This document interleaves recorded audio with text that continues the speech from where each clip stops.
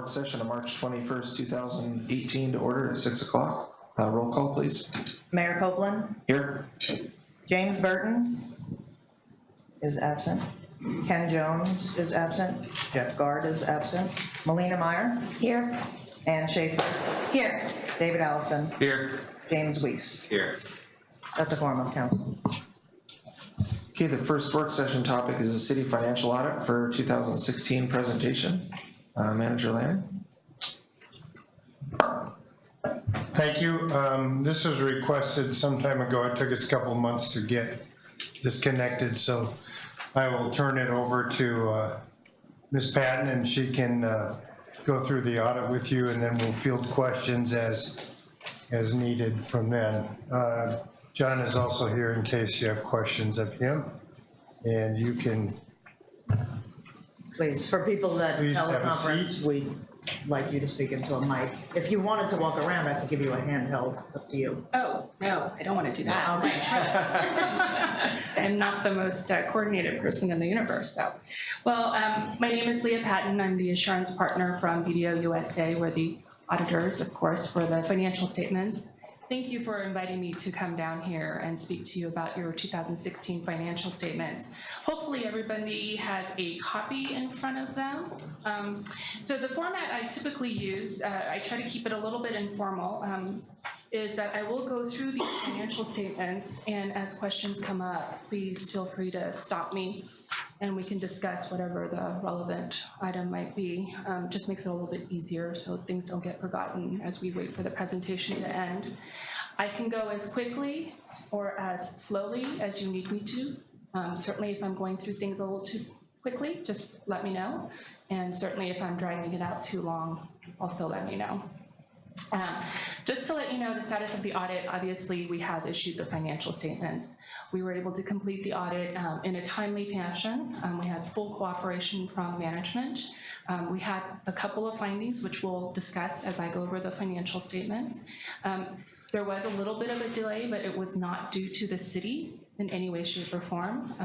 There was a delay, of course, because of having to wait for the state of Alaska and the PERS allocation report. We cannot issue the report because that liability is sitting on your government-wide financial statements. And then the second item was the medical center. There was just a little bit of delay getting the final reports. And the medical center is reported as a component unit in your financial statements. And so we can't issue the report until they're done with their financial statements. The medical center had new auditors, which creates just a little bit of a delay just because they have to get to know the organization, and of course they're implementing new procedures. And then in addition to that, there was a restatement to the medical center financial statements, which we had to incorporate into our audited financial statements as well. And we'll go over that in the footnotes as we go through the financial statements. Now, for those of you who might not be familiar with the audit process, the objective of our audit is to provide reasonable assurance, not absolute. And so a lot of our work, we do sampling, we look at certain transactions, but we're not testing 100% of every transaction that flows through your financial records. So just be aware of that. From our perspective, the scope of the work that was performed was substantially the same as what we had been engaged to do. There weren't any out-of-scope items. We didn't have to post too many journal entries other than the client assistance journal entries that we typically have provided in the past. And from a big picture standpoint, if you look at your financial statements, we provided unmodified opinions over your financial statements, as well as your government auditing standards report and the compliance reports. An unmodified opinion is the highest level of assurance that we as auditors can provide. And it simply states that your financial statements as of December 31st, 2016 are fairly stated based on our testing. Now, as I mentioned earlier, from a high-level perspective, we did not have any material weaknesses to report. Under government auditing standards, we are required to review the internal controls over financial reporting. And during that process, if we come across any control deficiencies that we deem to be material, we would have to write up what we call a material weakness finding. You had none for 2016. However, we did have 2 significant deficiencies over financial reporting. This is on page 109, and we'll certainly go over that in just a few minutes. But from a big picture perspective, it was the journal entry review, and then the bank and investment reconciliation process. Internal controls are very important to an organization, but really the gist of it is with internal controls, you just want to have a second set of eyes. So the same person entering the transactions aren't creating the transactions, aren't cutting the checks. So from a journal entry perspective, from what we see, that's the one opportunity where management can manipulate the financial statements is through journal entries. And so we always look for any weaknesses over internal controls related to that. And as I mentioned, we've kind of described what the situation was, what we tested. It's on page 109. And certainly with an organization of your size, it's not unusual to have some deficiencies. And so I wouldn't certainly be completely alarmed by it, but it's something for you as council members and the mayor to kind of just be aware of. And then, as I mentioned earlier, we did issue unmodified opinions over compliance. You had both federal and state single audit. Those reports are on pages 104 through 107. You had 2 major federal programs, the school and roads, and then payment in lieu of taxes. And then you had 6 major state programs. Now, your state schedule of financial assistance is on page 98, and there were 6 of those. We've put little asterisks next to them, and we'll go over that in detail as we go through the financial statements. And then once again, the other thing that we look at when we do compliance testing is we look at your internal controls over compliance, not just financial reporting, but over compliance as well. And I'm happy to report that we had no material weaknesses or significant deficiencies over compliance. So you had a clean, as far as reporting goes, you had a clean audit for the 2 major programs for federal and then 6 major programs for state. Any questions so far? I know that was a lot of information to throw at everybody. I asked just a brief question. Wasn't the finding on page 109, the journal entry review, wasn't that stated similarly in the 15 audit? I don't believe it was actually the same as the one that was in 15. If you look at the summary of prior year audit, the one report that we had in 2015, or the one finding that we had in 2015, was really about the year-end reconciliations. We had material weaknesses over internal controls. And really for 15, the difficulty we had was very similar to the bank account reconciliation. Okay. Just the reconciliations weren't done in a timely manner. Thank you. Okay.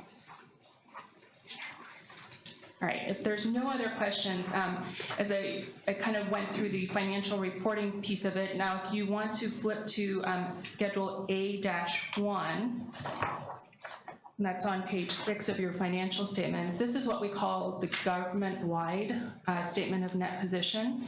The government-wide financial statements are on a full accrual basis, and so under accounting, full accrual means that all of your liabilities and all of your capital assets are on these reports, as opposed to the governmental funds where we do a current measurement period, and so you won't see liabilities, long-term debt, or your capital assets on there. So the statement of net position, this is very familiar or similar for those of you who are familiar in the business world to just your standard balance sheet. Now, you'll notice here on the statement of net position that you've got your primary government, and then you have your component units. Component units are audited outside the scope of the city, and then we just kind of incorporate those in. And so the school district has a June 30 year end.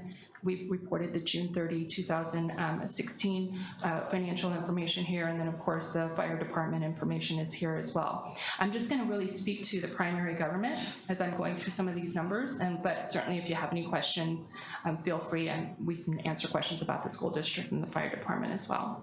The statement of net position on page 6, your total combined assets and deferred outflows was approximately $117 million. Your total combined liabilities and deferred inflows was approximately $41 million. So that's going to be your third column over the total column there. If you're following along, you'll see it's total assets and deferred outflows. Towards the middle of the page, it's about 117. And then towards the bottom, though, you'll see the line there for total liabilities, total and deferred inflows to be about $41 million. Now, this leaves you a combined net position of approximately $76 million. Part of the story on page 6 is that your net pension liability did increase from about $10.3 million in 2015 to approximately $14.3 million. This is about a 39% increase overall. And of the $76 million in combined net position, $1.4 million is considered unrestricted.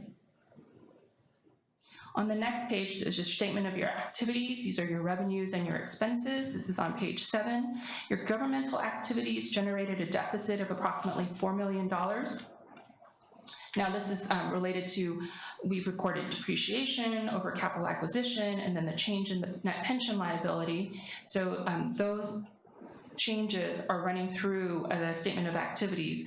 The $4 million also includes the $3.3 million transfer that was made for business type activities, your enterprise funds. So just keep that in mind.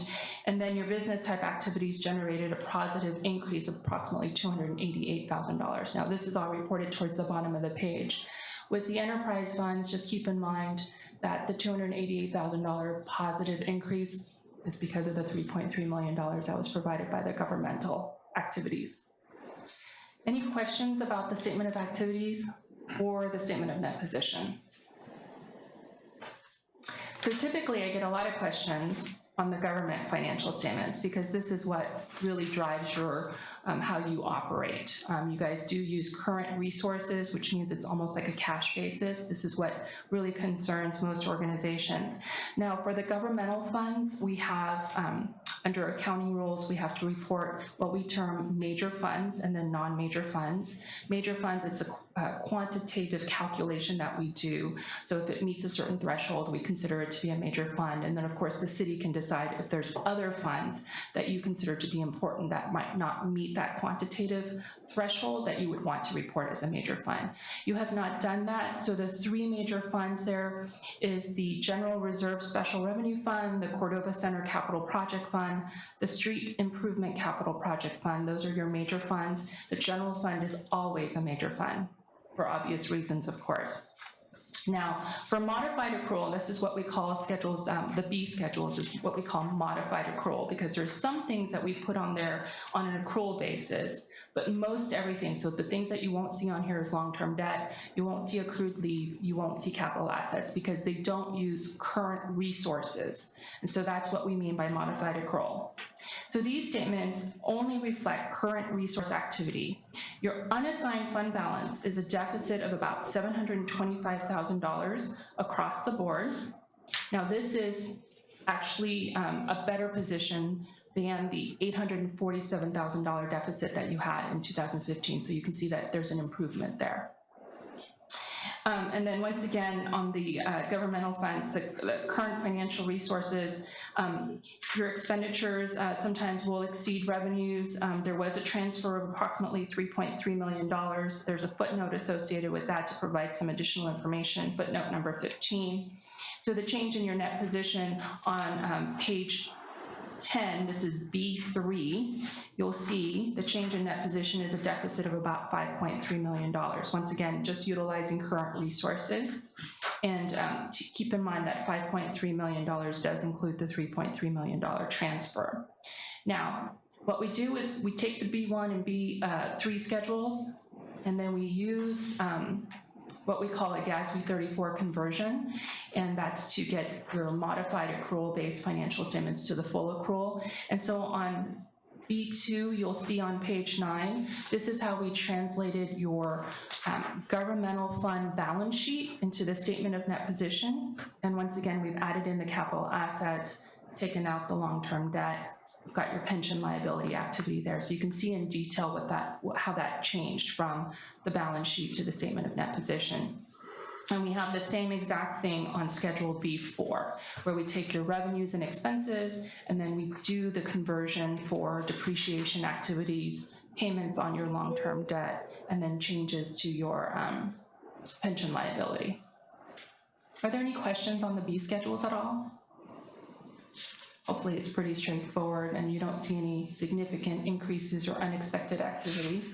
Can I ask you a question? Sure. Is there details somewhere on the 3.3 million? Yes, it's footnote 15, and we'll go over that when we get to the footnotes. We try to provide details for those big numbers. Now, the enterprise funds are all on a full accrual basis, so these are your business type activities, and these are your C schedules. So for the enterprise funds, very similar to the governmental funds, we have to report those that are considered major funds.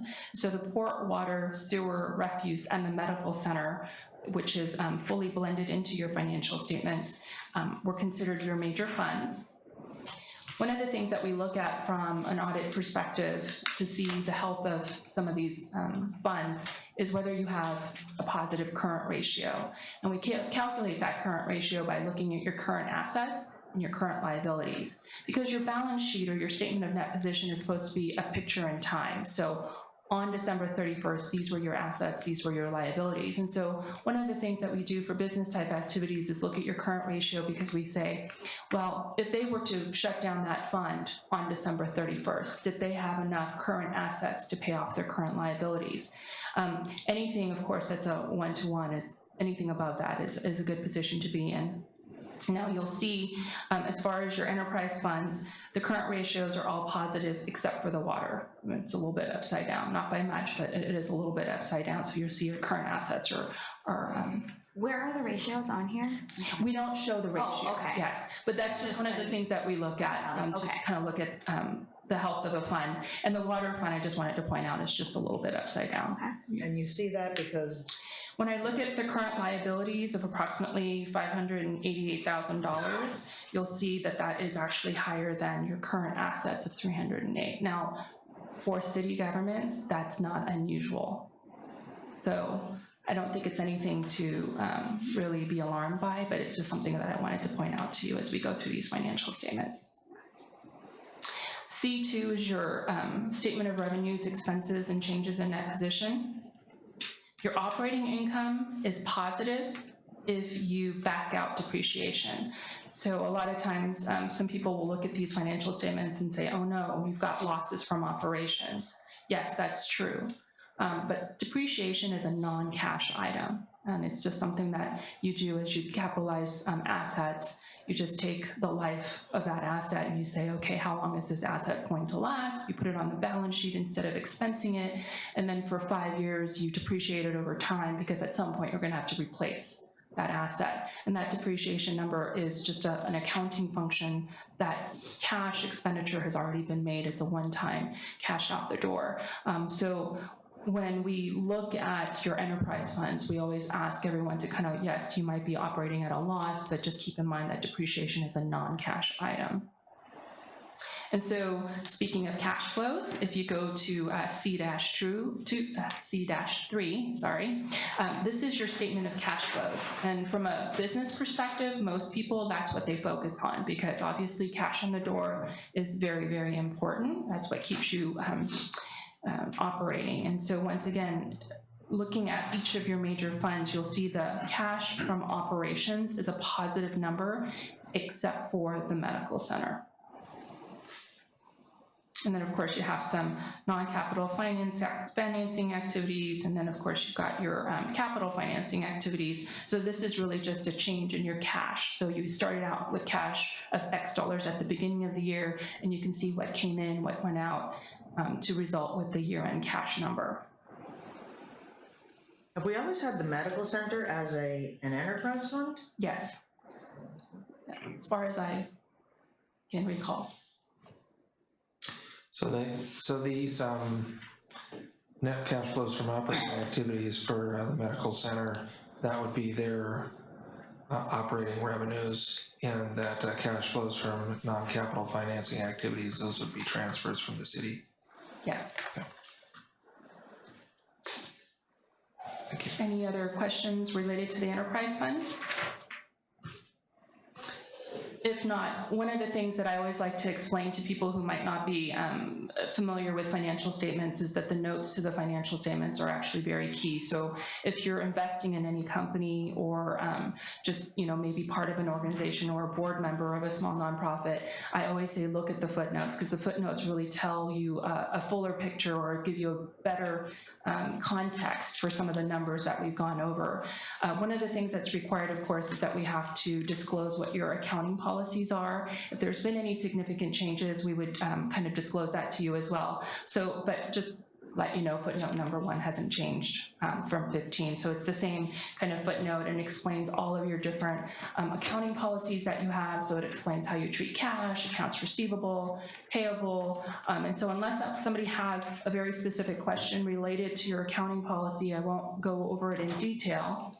But once again, footnotes are very important. So if you go to page 23, for instance, you'll see the cash and investments footnote. On your statement of net position, it's 2 line items. It's the 13.6 number and the 788 for restrictions. But this gives you a little better context of how diversified are your holdings. Why do you have a restriction on your cash? And so it just kind of gives you a little bit more information. So one of the things, of course, is the restricted cash. That's really maintained for your future landfill closures.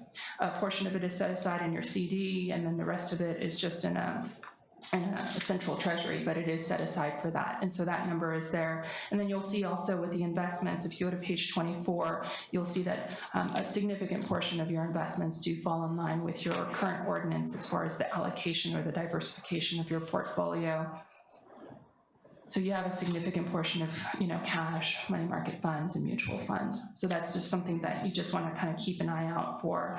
And then under governmental accounting standards, we just have to, if there's any credit risk, interest rate risk, custodial risk, we have to disclose all of that to you. And so that's really part of what footnote number 2 does, is just kind of let you know if there's any risks associated with your holdings.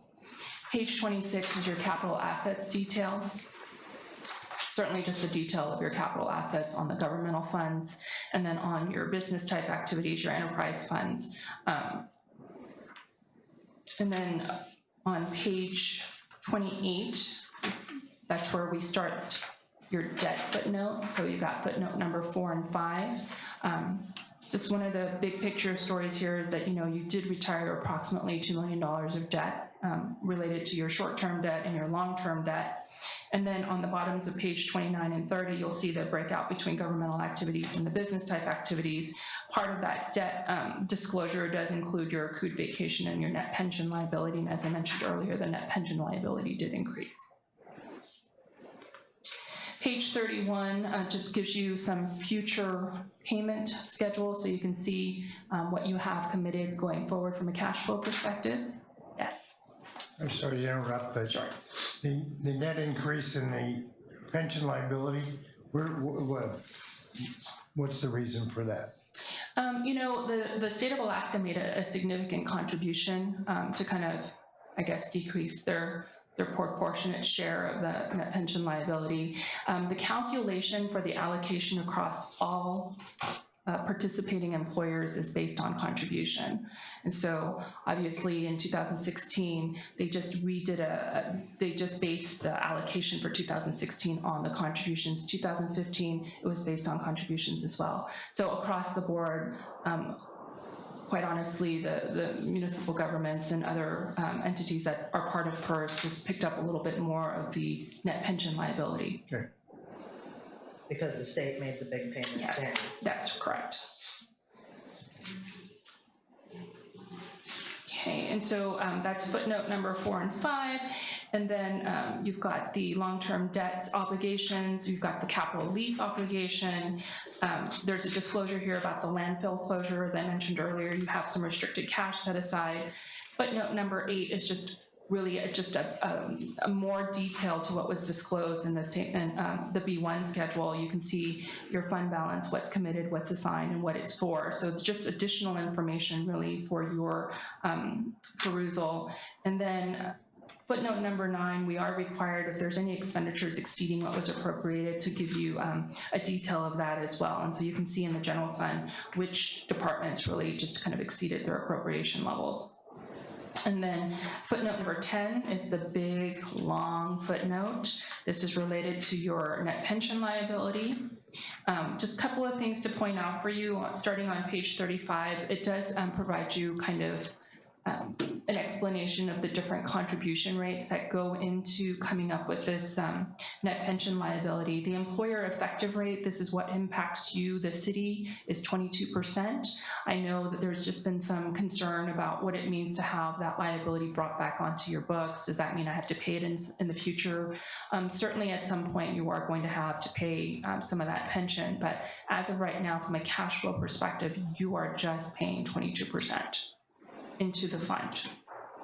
And then the ARM rate, this is what what's formally adopted by the Alaska Retirement Management Board, and this is what's actually used to do the actuarial determination and to calculate the annual plan funding that's required. And then the state rate is the on behalf difference that they do between what the ARM rate is and what the city is paying in, 22%. That differential is the on behalf that the state is putting in. And then the GASB rate is used to determine the long-term pension and healthcare liability just from a plan accounting perspective. And so you can see on page 36 what all those different rates were. And then of course the medical center is also a participant in the PERS, so we've kind of incorporated that information that they have disclosed in their footnotes into your footnotes. There's a detail of your plan contributions, and then certainly a detail of the pension liability, what the city's portion of that liability is, and then what the state's portion is on page 37 as it relates to the city of Cordova only. And at the bottom of page 37, there's just going to be some differences in timing because the state PERS is on a June 30 year end. You guys are on a 12/31 year end. We've put that in deferred inflows and outflows, and so we've got a schedule here kind of explaining the differences and what makes up those differences and why it's there. And then the same for the medical center. And then page 39, it kind of walks you through the actuarial assumptions that were used to calculate the net pension liability. And then as far as the expected long-term rate on your pension plan investments, these are just required disclosures that have to be made so that everyone is fully aware of the assumptions that go into making this calculation, and then what hopefully that they're projecting in the future as far as how their investments are going to be doing. Now at the bottom of page 40, you'll see that we also have to disclose discount rate sensitivity. So right now they're using 8%, but if at some point they decide to use 1% or 1% lower, 7%, or go up a percentage, you can see how large that swing could potentially be. So that's just something that you should be aware of because obviously those changes could be made at some future point. Page 41, it goes into your defined contribution pension plan. Pretty straightforward with a defined contribution plan. You just have to make a contribution so we don't have to worry about any actuarial calculations.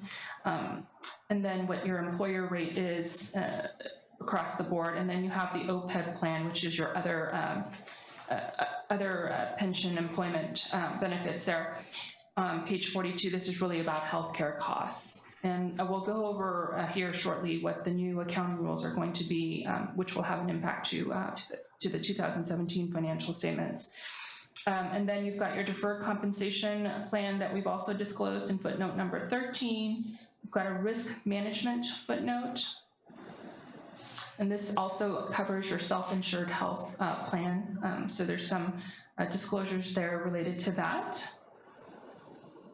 And then you've got footnote number 15. So footnote number 15 really provides you a detail of your due tos and your due froms, your internal receivables and payables, and then also the transfers. So on page 45, you can see approximately $1.3 million was provided to the Cordova Center Capital Project Fund for capital expenditures from the general fund, or the General Reserve Special Revenue Fund, my apologies.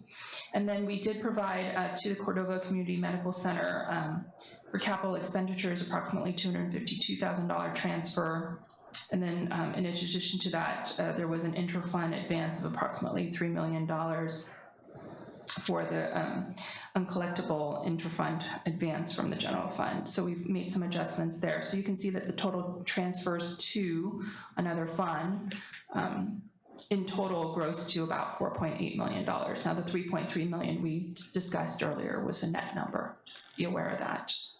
And then we also disclosed for you any contingencies. As I mentioned earlier, there was a little bit of a delay because the medical center did have a restatement. It was a restatement related to really the construction in progress number that was on their financial statements, I guess was incorrect in prior years. And so the current auditors or prior year's auditors went ahead and did a restatement. The total restatement resulted in a $1.6 million adjustment. Yes. On that, on those transfers on page 45, that $3.1 million to Cordova Community Medical Center, you said, was that what you were saying was a net transfer?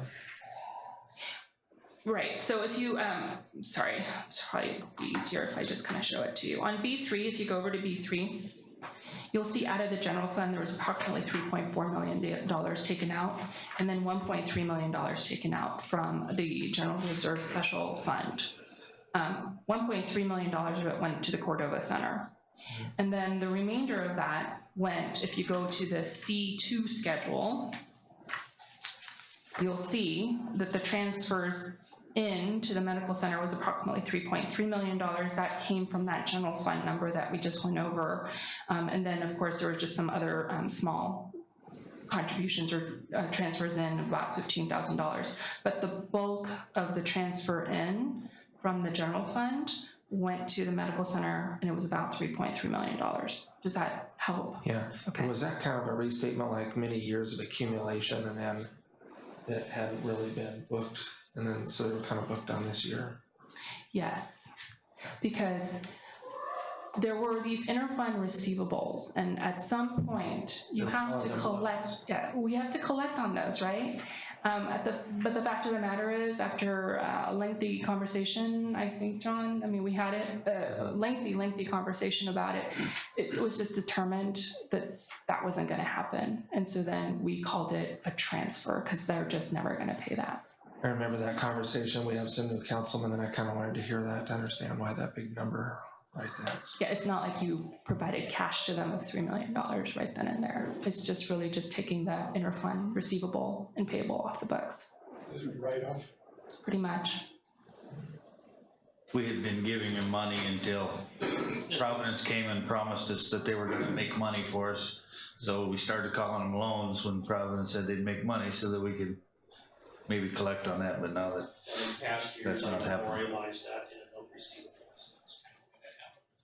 So how many years worth is the 3 million?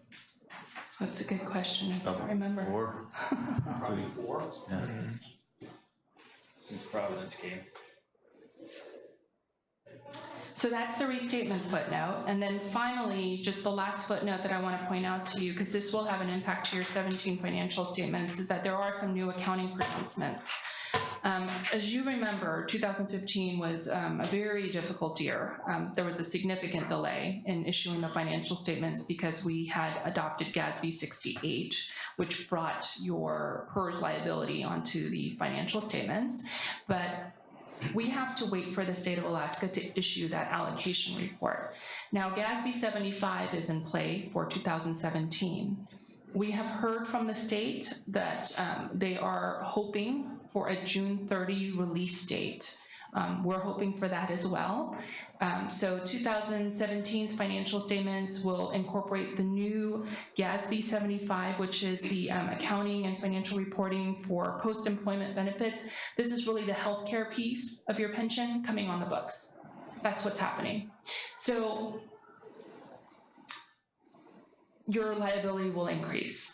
But once again, just keep in mind, this is, I hate to say it, but it's just a paper liability. And really from our standpoint, it's all we can do is just rely on that state report. Obviously, there's about $14 million on the books now. It'll probably increase.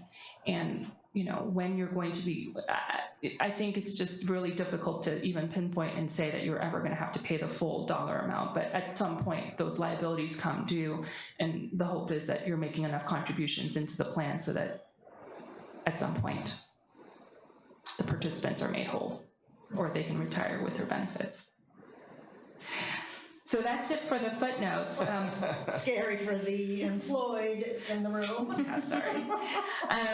So at this point, the rest of the financial statements are what we call required supplementary information. They're budget to actual schedules that are on here. It provides a lot more detail, certainly than I'm sure that you're interested in. And then supplementary information, so there's going to be details in there about your non-major funds. So all the fund financial statements are in there. If you like, I can go through those with you, but we've gone over kind of the big picture piece of it. Yes.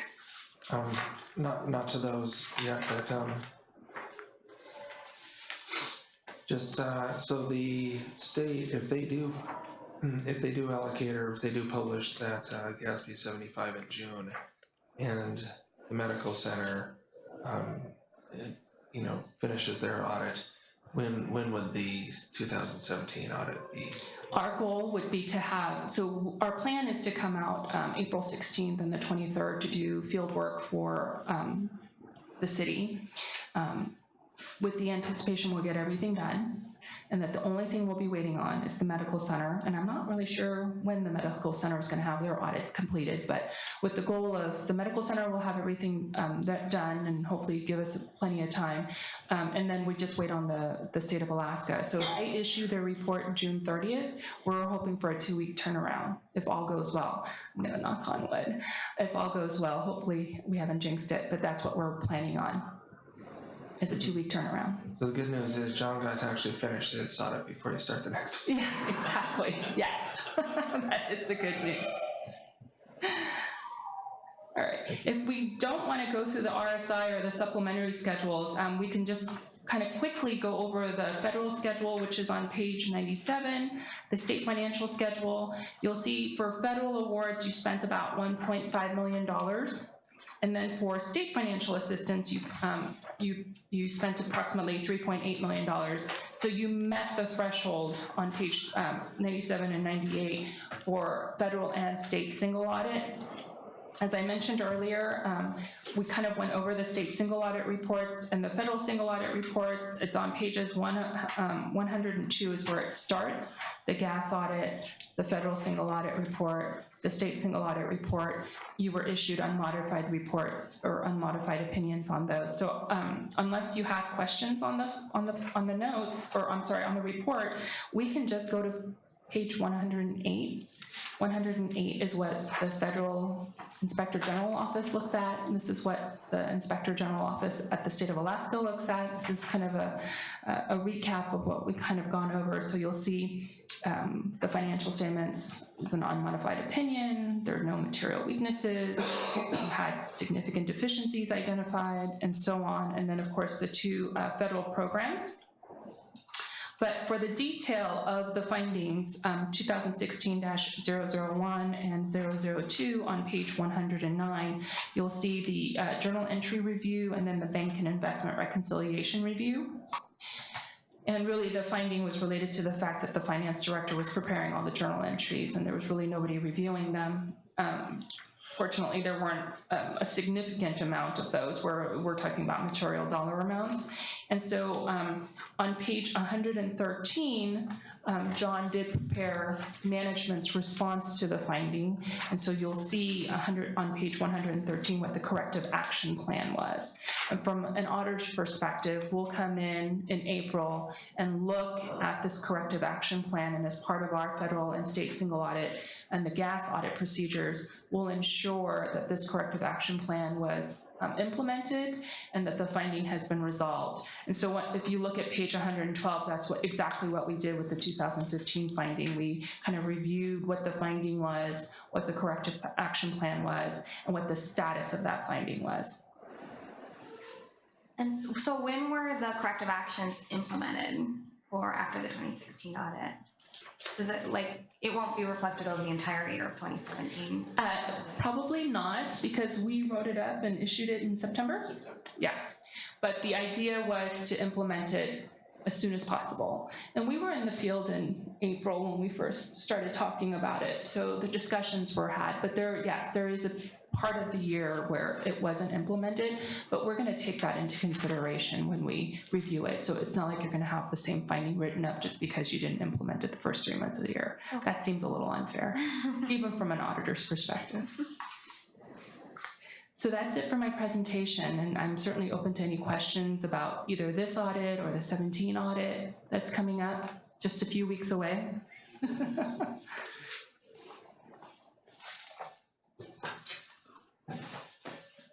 In auditing, you do standard reports, and I've had this conversation on and off with John over the past year or so.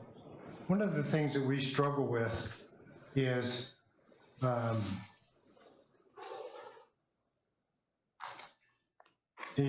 delineation of the cash assets available to any enterprise fund, the general fund, and so forth. You know, when I look back in the exhibits in D, as I did my own budget, I tried to lay out exactly what everybody had in terms of cash, and found it a difficult task. Is there some report, some schedule that we could add to this that would help us understand our cash position, or is there already a page that helps us understand our cash position? Because, as an example, we run around with about 5.7 million in pocket money. 3 million of that is we'd have to give to the enterprise funds if they requested it. We have $1 million invested with UBS, and the rest is spendable pocket money. You know, what's that number? And so we have all these different entities who are either boards or commissions saying, oh, I know for a fact that we have this amount of money in this account. And is there a way that we can detail that for ourselves in the audit? So I will say, yes, you can. The required supplementary information, which is the D schedules, really it's just required that you provide a budget to actual for all your major funds where you have passed a budget for, legally passed a budget. So that's what the required supplementary information is. So you cannot do it there. But in the supplementary information, you can put in as much information as you want, as long as it's not a violation of generally accepted accounting principles. And so providing more detail in the supplementary information is completely allowed. And so like if you go to page 59, you'll see that the general fund balance sheet is included in here. So you can see what the cash and investments solely for the general fund is. And then if you move on to after the general fund, you can go to the F schedules, and you can see, gosh, the general fund takes up a lot of pages. But if you go over to the F schedules, which is the non-major governmental funds, you'll see that each of the funds here that were in the non-major, that was just that single kind of aggregated column, you'll see the detail here, and you'll see what the balance sheet is for each of those major, non-major funds. So you'll see the special revenue fund, the E-911, what their cash position was, and so on. And so some of the funds will have cash and some of the funds will not. They'll just have something that they owe to the central treasury. But certainly there's that detail for you. Now, I know a lot of cities that don't like having the information in two different locations because the major funds have already disclosed the balance sheet information in the B1 schedule. It's not included back here, but I have other organizations where part of the supplementary information is they want all the government funds in one location, you know, column by column, so they don't care if it's major or not major, but for their own internal use, they need all the funds in the back schedule with their own balance sheet and their own P&L. So these are your financial statements, and now just keep in mind, the more information you add to these financial statements, that's a little bit more work from our perspective, because we have to opine on it and say, yeah, that it's in the right bucket, essentially. So just keep that in mind. All right, thank you. Plus, if we change them, it's just hard to look back at all the previous years and understand what that sheet was. You lose the 15. comparative information, certainly. And then we have been told by the state of Alaska's Inspector General Office that some of these reports, the fonts in them are getting smaller and smaller because we're adding more and more columns to them. So we'll probably have to add a few pages to make it more legible, or otherwise they'll start, they said they would start rejecting reports that are too hard to read. We thought about sending over a magnifying glass and a bottle of wine, but I don't think that's gonna fly. But we can certainly do that. I had a question about D-1 under the state of Alaska revenues. I was just curious why the budget was for 3 million and we got 2.3, or what the difference was, why we didn't get as much from the state. Fish tax, Fish tax? that was a big negative 700, 600, less that much.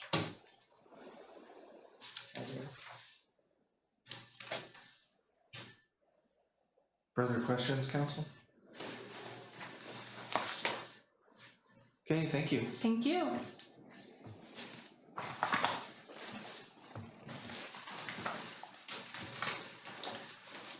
The next item on the work session topics is the RV camping park. And we've got 15 minutes, so Well, we sent out to you, if you got it, we sent you the full write-up on the RV parks, the 5-mile version, which was 800 and some thousand, and the Odiak Park version. I guess it would be good to have a discussion with you about where you want to go with that. I know there was talk about a huge waiting list. I don't think we're experiencing a huge waiting list this year. We've changed the way that we've solicited seasonal spots. You have to put down a deposit. If you don't put down a deposit, it becomes a lottery. So we've changed that a little bit. Help me understand where you want to go with this. Do you want to add spaces? Do you want to add them out? Do you want to add them closer in? Do you want to have them year round? Because I think if we're gonna expand the RV park, I think we need to make some improvements to our existing structure, maybe reconfigure, put the playground and the bathhouse in a different place to allow for different access. You know, this is our educated, experienced work on how this should look. But at some point, you know, a designer who's familiar with RV parks, even though you look at the KOA design standards, going to be somebody different that has an idea for you how to work this. And again, if you want to go in this direction, it's going to take some risk.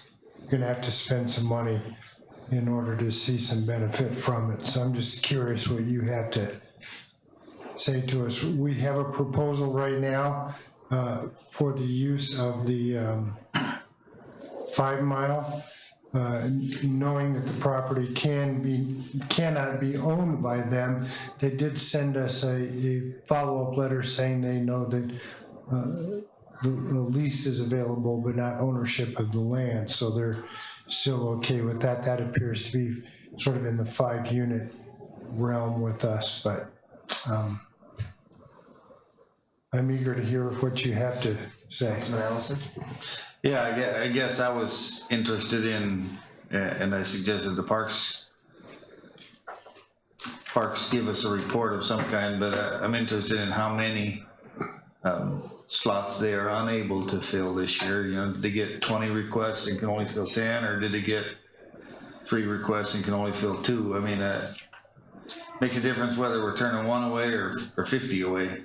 I don't want them to get used to, you know, most of these people are fishermen, and I don't want them to get used to going to another community to park their trailer if we can provide for them. And so I was interested in that number first of all. Second to that was, 2. 2 is the current request lottery number that I knew of. okay, yeah, second to that was, do they all require this year? I understand the long-term goal is to have power and water and sewer hookups for everybody, but we're losing 3, I think there's 3, maybe there's 4 down there. If we follow through with the science center request we're using, and those are non-powered, non-utilities slots. So obviously, you know, these are self-contained trailers that some of them have, and if for a different rate, I don't think it would take too much to clear a little bit more property out there where we're at and do the land. You know, you had a land development price in your sheet there, without doing the whole gamut this year. You know, I don't know if it's worth it for 2. Maybe we can find the other spots for 2 campers in town somewhere, but I just don't want to turn anybody away that we can find a spot for them, whether we have to fully develop it in 1 year or not. You know, I don't think we have to do it all at once, but eventually that would be the goal. But that was my thoughts there. I wanted to be sure we were prepared to, you know, to not let 5 or 10 people find another place to go. Yeah, I don't think we're in that danger this year. I know in past years, there's been some additional requests for those spots. I think a good exercise for us would be to sit down and say, you know, again, what are we trying to achieve? Are we trying to achieve a combination between hosting some long-term living arrangements, I should say seasonal living arrangements, plus accommodate some tourism, and what do those 2 numbers look like? If that requires 10 spaces or 15 spaces, we know that we can develop these at about 50,000 a space, probably what we're looking at. So, We could probably build a tiny home for each of those and put them in our tiny home community that is being proposed yeah, for 50 grand a piece. well, you know, again, the long-term investment, that, to me, that would be an upgrade to the places that we currently have, and make it a nice seasonal housing place. But up to you. I mean, I've always thought that in the long-term scheme of things, that one of the things that we talked about during strategic planning is moving in that direction to some degree, to say, yeah, we're going to embrace tourism, we're going to embrace additional people coming here, and how do we do that? Well, we need more hotel space, we need more rental space, we need more RV spaces. In a comparative basis, just saying one of those things costs a lot of money doesn't sort of satisfy the whole picture, if that's where we're trying to go. What type of hookups is out at Orca right now? The RV park that we currently have? They have water, sewer, electricity for each spot? Nothing. Just electric. Electric? Just electric? At Orca? I mean, ODF. ODF. ODF only has electricity. Only electricity. And then a central sewer dump and Yeah. water. That's it. I think it'd be nice if we could if Parks, do a work session with the Parks Commission, because they're kind of the experts on the ground with, the needs for the seasonal camping community. So I think it'd be worth it to get their input for sure. I feel like I was kind of culpable in pushing this a little bit because when I was at Board of Fish and there were a lot of fishermen there, I asked them what are some of the things the city can do to help the community be more friendly to the fishing fleet, and that was one of the things was available space at Odiak. And then I think part of that conversation too is recognizing that the Forest Service camping grounds are out at the glacier aren't accessible anymore.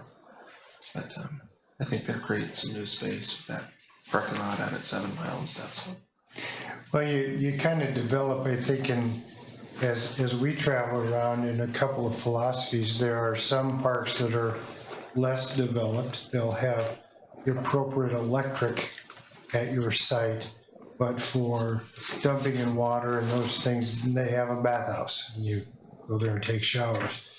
As you get toward the higher end, they still have the bathhouse, but laundry facilities in it, but they also have full hookups for everybody, including cable television.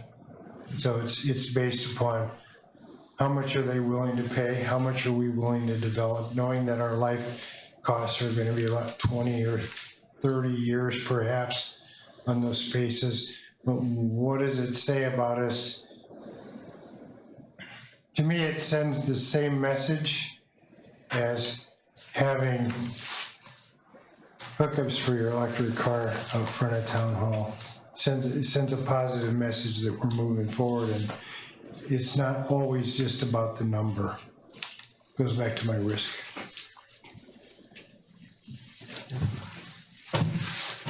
any other questions or comments, council?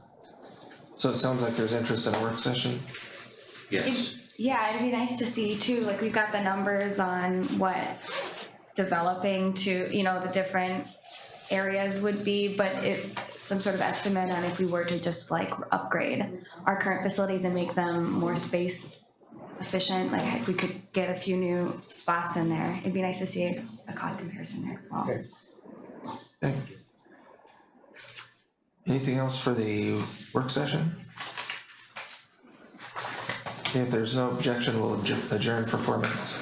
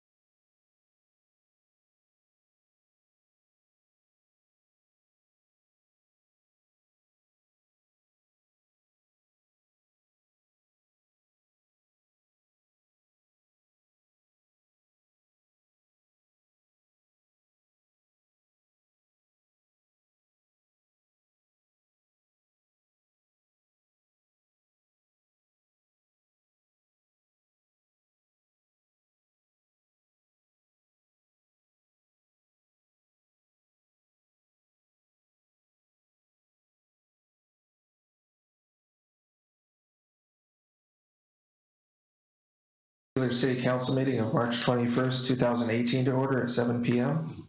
If you please join me in pledging the flag. I pledge allegiance to the flag of the United States of America and to the republic for which it stands, one nation, under God, indivisible, with liberty and justice for all. Could call the roll, please? Mayor Copeland, Here. James Burton, Here.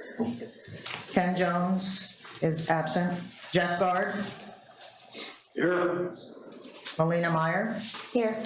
Ann Schaefer, Here. David Allison, Here. James Weiss. Here. That's a quorum of council. Thank you. Approval of the agenda. Move to approve.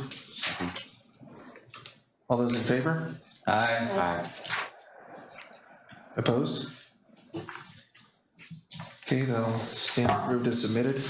Does council have any conflicts of interest to disclose on this evening's agenda? Councilman Schaefer.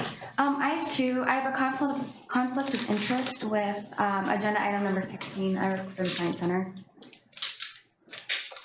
And then the second one is I did have ex parte communication regarding agenda item number 18 with James Denzis, who's a resident out at 5 Mile. Okay. Thank you. And so maybe at the So- agenda item, you can just say what that is, or she can say now. She should probably just say what was. Yeah, what was the nature of the It was conversation? just expressing concern over the FEMA restrictions and then some of the safety issues with having seasonal people out there potentially, and then also concerned about property values potentially going down. Okay, The thank you. general discussion. And there'll be a chance in public testimony too for them to repeat those comments for all of council. And thank you for the disclosure. Councilman Allison. Mr. Mayor, can you clarify for me ex parte communications? Then if it's not the proposer, it's okay for you to have discussions with people, is it not? Well, it should still be disclosed, and I would still advise them just like the proposer. I probably didn't include that in the email when I sent it to you. It's really anything you hear, you guys should all hear together in one spot at the time that you're making the decision on the item, which is tonight. So. But technically, it's not ex parte communications if you're not speaking with the person you are making the decision about.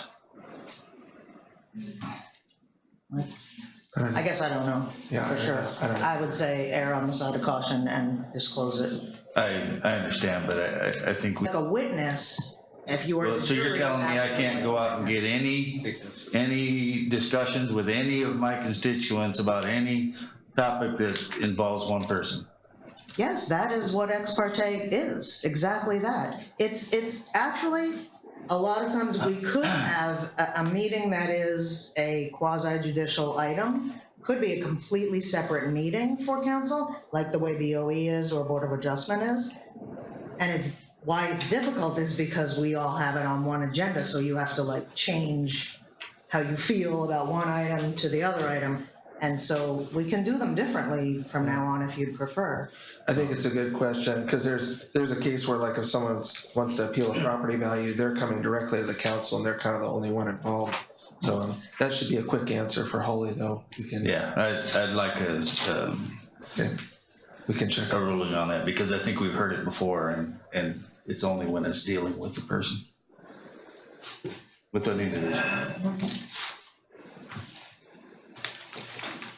Okay. And then as far as the conflict of interest, I understand you work for the Science Center, but it's an organizational purchase of a piece of property, a sale by the city to the center. So I don't know that you directly benefit. So I don't see a conflict there. But does council see a conflict? If it doesn't feel right, feel free to abstain. I don't see one. Yeah, but I'm not gonna declare a conflict there, I don't think. Okay, so council's good with that decision, because you could vote differently if you didn't agree with what the mayor said, so that's fine. think I would err on the side of caution, but I understand what you're saying, Mr. Mayor. Okay, well, she can abstain if, Well, and our rules are different on abstaining too. yeah, you're not allowed to, Right, so. it counts as a I yes. think when planning and zoning voted on it, one member did abstain due to a conflict of interest who also worked at the Science Center. In their voting process. They And their land declared a vote. conflict or they abstained? They I think- declared a conflict and it was accepted by and the board was okay with the conflict. Okay. Oh, okay. You could do it Okay. either way. Yeah, I think the really important thing is that it's transparent and you've declared it so that everybody knows that you work there, but you're not gonna get a bonus or any compensation regardless of whether the Science Center gets that property or not, so I don't see a direct conflict. Okay. Communications and by and petitions from visitors, guest speakers, and we'll open, we don't have a guest speaker, we had the audit presentation in the work session. But on audience comments regarding agenda items, I just remind 3 minutes per person, and also I know there are quite a few people in the public here that are gonna testify. If it's regarding a specific action, it helps the council if you can kind of be specific, like a general comment like, I don't like this, is a little helpful, but if you can give specific things like Councilman Schaefer's mentioned, if there's a safety issue, if there's a value issue, those specific things can help council get their arms around what the issues are. So are there any audience comments on agenda items? And if you could just approach the microphone for those online and state your name and residence for the record.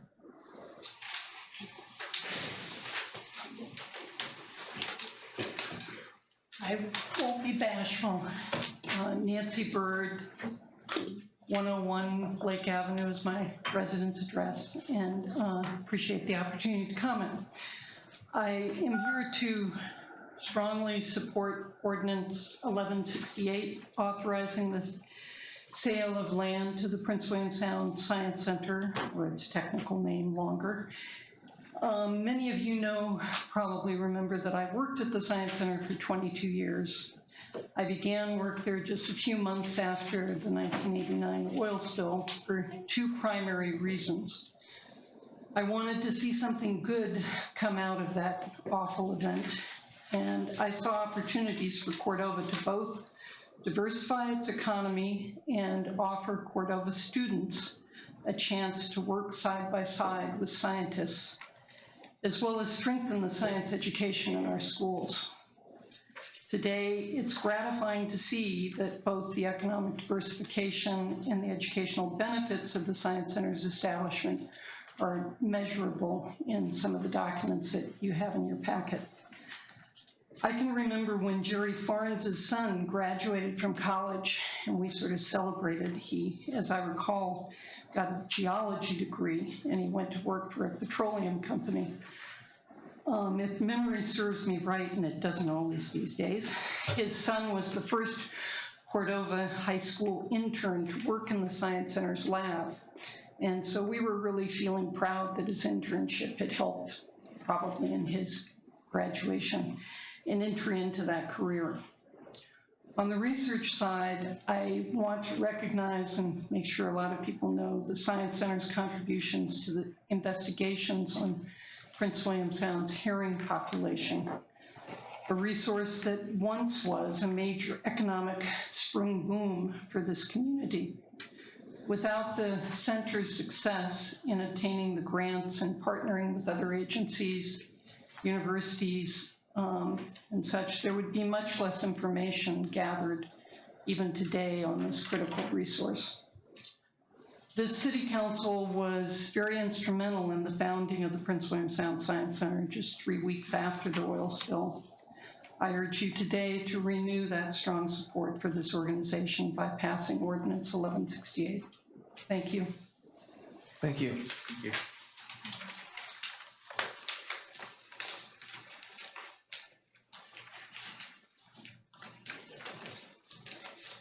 While we're on the topic, Katrina Hoffman, 301 South 2nd Street. Tonight you have an opportunity to dispose of land to the Prince William Sound Science and Technology Institute. You see that name in your packet. It's our two organizations, the Prince William Sound Science Center and the Oil Spill Recovery Institute. And as CEO of that organization that we all know as the Science Center, I'd like to thank you for considering this development agreement for ASLS 2001-5. And I also want to emphasize that it's not just the Science Center's proposal, it's the result of months of collaboration with city staff, the Copper River Watershed Project, the Parks and Rec Commission, and so on. In developing a new research and education campus on that site, our goal is to continue supporting a resilient future for Cordova and Prince William Sound and the region. Today, we support between 17 to 20 year-round employees. We occupy over 15,000 square feet of space, which might surprise most folks because our office building is only about 3,500 square feet. When you consider all the people we hire locally, including seasonal technicians, wintertime employees, and vessel contractors, we regularly employ over 50 people a year in Cordova. I hired an economist to study the value of the loss of the herring fishery last year, and she showed that the loss of the ex-vessel value to Cordova specifically is approaching $200 million. But since 1989, the Science Center has brought in $90 million, and our economic impact in the state has been appreciable. For almost 30 years now, our educators have provided science classes free of charge to the community, and we've coached Cordova high school teams that go to the Tsunami Bowl, and this year, for the first time ever, one of those teams won first place, and they're representing the state of Alaska at the National Ocean Sciences Bowl competition, which is totally awesome. Our Tuesday night talks and our summer camps inspire hundreds of people. And we've invested over $1 million in the city-owned buildings that we occupy.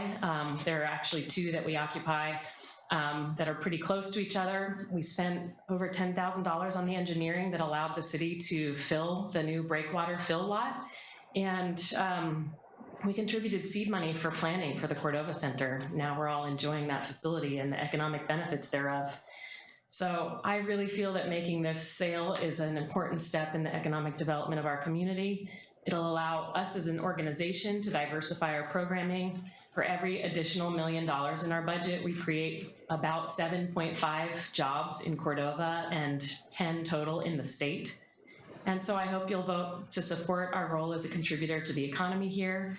And this is one of several steps the Science Center and the city can take together to pursue the future that we want to see for our region. So thanks for helping us bring our vision to reality. Thank you.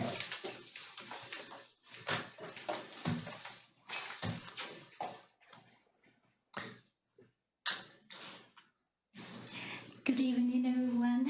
My name is Captain Ho, and I live in 129 Harvard Road. And we hope you approve our permit so we can build a new processor, so we can create more jobs. Last year we have 71 workers, so this year we try to get 100 workers in town and share for the local fishermen or other fishermen. Thank you very much for all your support. Thank you.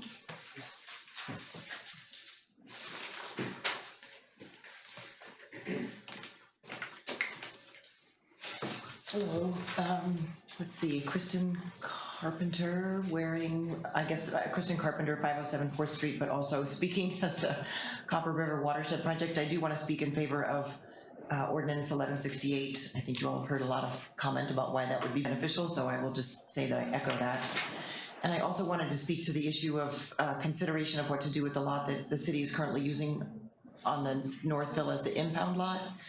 I think there's a lot of history to discussing that issue, and I'm not sure if the history came up that much. Sam could speak to that at the planning and zoning meeting, but it goes around, and I think it was considered before, and I think the big issue is that there doesn't seem to be a good place to put the impound lot if that lot is sold.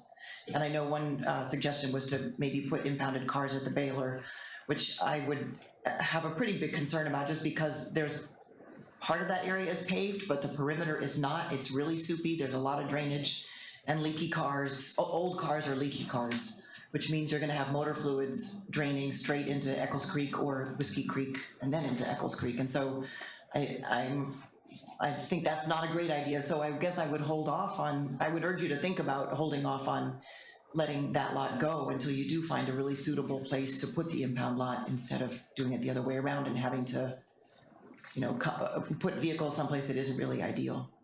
But I guess I also just think it is one of the last little bits of city land, and it seems like, do we have to get rid of everything? Is that, I know people talk about the highest and best use, but that lot isn't necessarily gonna be a big tax generator on its own, and so I don't see the harm in holding on to a small piece of city land, because you don't know what could come up in the future. But anyway, I do have a big concern about putting impounded, abandoned vehicles at the Baylor in a place where the drainage is really poor, and for what that would mean. So thanks for considering. And I guess I did say it. Never mind. Thank you. Okay, thank you.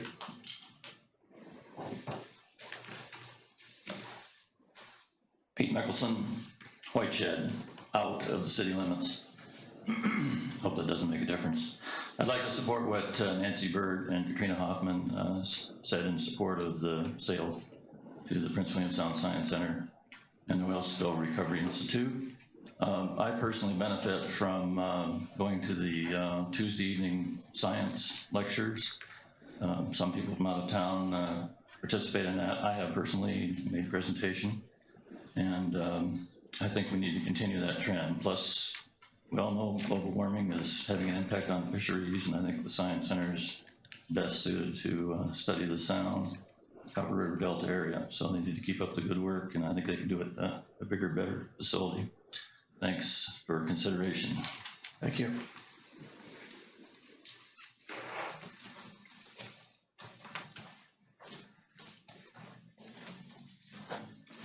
Good evening, everybody. RJ Kopchak, Cordova. And first, I'd like to thank all of you for serving on City Council. I've done it in the past. It's a lot of work, and I appreciate the time and effort you're putting in.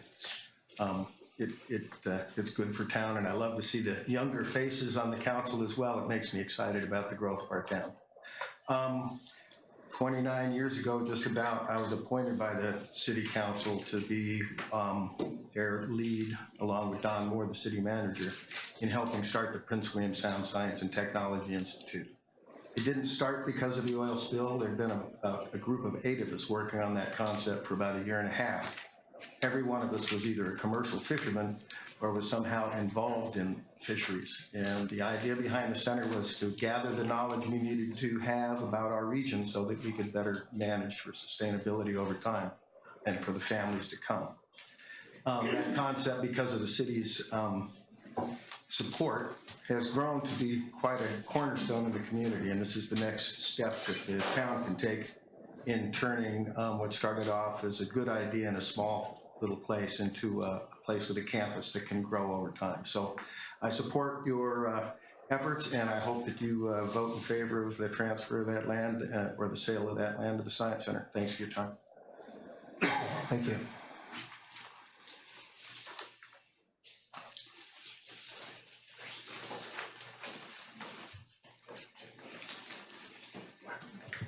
Good evening, Kathy Renfeld, Cordova. I'm here speaking on behalf of the Cordova Chamber of Commerce in support of the Prince William Sound Science and Technology Institute land acquisition. The Science Center for 29 years has been working to better the community of Cordova through science and education, and there's no other industry in town doing that. I don't think that there's any reason to impede growth of that organization. They do a lot of good work. Katrina already spoke to the economic impact that they have, but I'd like to also talk about the impact that they have in a different way. We work to promote quality of life in Cordova and also destination marketing. We believe that it helps to maintain a healthy tax base in Cordova, keeping families here, providing higher incomes for families here. Education helps with that and makes children that grow up in Cordova and go away to be educated want to come back and live here. This organization does a great job of adding quality to events that happen in Cordova. For a lot of our festivals, Shorebird Festival, Fungus Festival, they are integral partners to make sure that all of the community can benefit from the event. They do great educational activities for children, and they also are really important to the economic development of Cordova with the jobs that they provide. So the Chamber just wants to make sure that they are able to grow in Cordova and continue to help the economy here. Thanks. Thank you.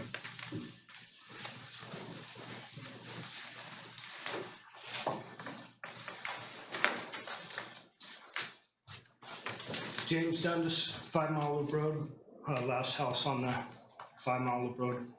I just want to talk about the letter for interest of leasing track 7, 8, 9 for teeny home villages and glamping sites. I find this would highly impact our small community out there. I feel that moving trailer houses or small homes, they're all on trailer, I guess they are on trailers, and glamping sites to some of the most sought after property on the lake. I mean, we have very few lakefront properties, and only way you pretty much would get one of those is someone dies. Pretty much they don't sell very often, and they're most wanted. A lot of the people there are older residents. They like to walk the road. They like it quiet. That's the reason we moved out there, is to get away from the community. We wanted to be by ourselves and have our space. And I'm just a little bit nervous with a bunch of people coming in here for seasonal, people we don't know, and to be out on the road coming and going. I've had a lot of problems with traffic coming through there at high speeds.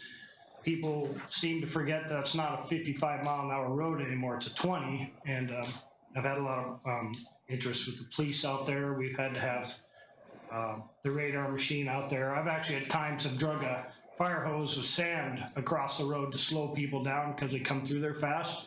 They kind of forget what's going on there, and my kids play in the front yard, and I'm the first one that they're gonna have hit is right by my house. It's right off the stop sign.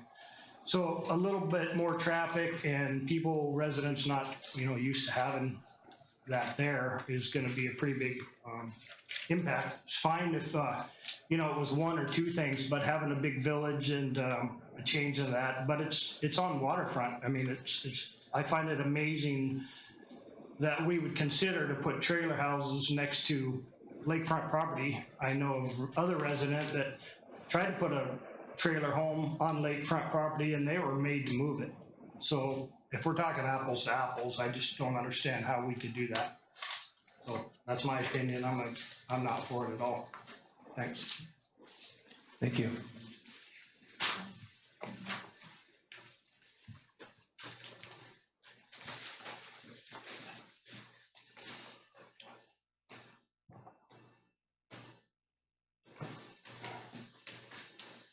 My name is Bob Behrens, and my wife Joni and I own Bear Country Lodge on the 5 Mile Loop Road.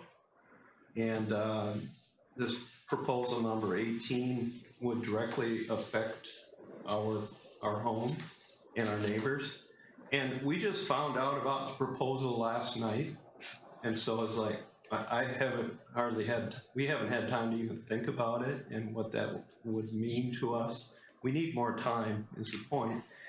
And this proposal to potentially sell to a developer and develop 5 or more tiny homes, glamping sites, a home village on the 5 Mile Loop site, this proposal would profoundly affect everyone who currently lives or owns property on the 5 Mile Loop. Currently, this is a close-knit neighborhood of people who know each other and care about each other and even love each other in terms of watching out for each other. This proposal would change things. And we have lots of questions. Can the city sell the FEMA purchased land? Can they put in permanent structures? Can they lease it? What about garbage? What about sewer? I think it's a beautiful place as a green strip. Nice. What about parties? What about policing? This one-page proposal was brought to planning March 13th, as far as I can tell, and the city is potentially going to vote on it a week later. We haven't even had a chance to even talk about it yet, you know? So is the proposal for 5 tiny houses? Is it for 25? Does anybody know? Does anybody care? We really care. We really care. Therefore, just, and let me ask a question. Who of you, Joni and I bought the place for its beauty, for its solitude. And who of you would want in your backyard, by your house, summer after summer, year after year, people you didn't know and who probably don't care, moving in beside you every year for the next 10 years, the next 20 years? I guarantee there'll be some parties, there'll be some litter, there'll be some noise. Therefore, I go on record as disagreeing to the proposal, as somebody who would be directly affected by the proposal. And I propose that the city gather additional information on the proposal before taking action, to look into other options for the area, to involve the people who live in the neighborhood to get their input, because we haven't had a chance yet to talk to you guys about, you know, what's going on, and finally to give us more time before a decision is made. So I just want to thank you and for taking the time to listen to Joni and I and our concerns, and look forward to working with you. Thank you. Thank you.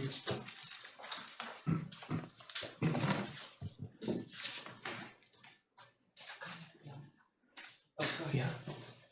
You can go ahead. No, it's okay. Sure. I've spoken once before already. You can turn it over.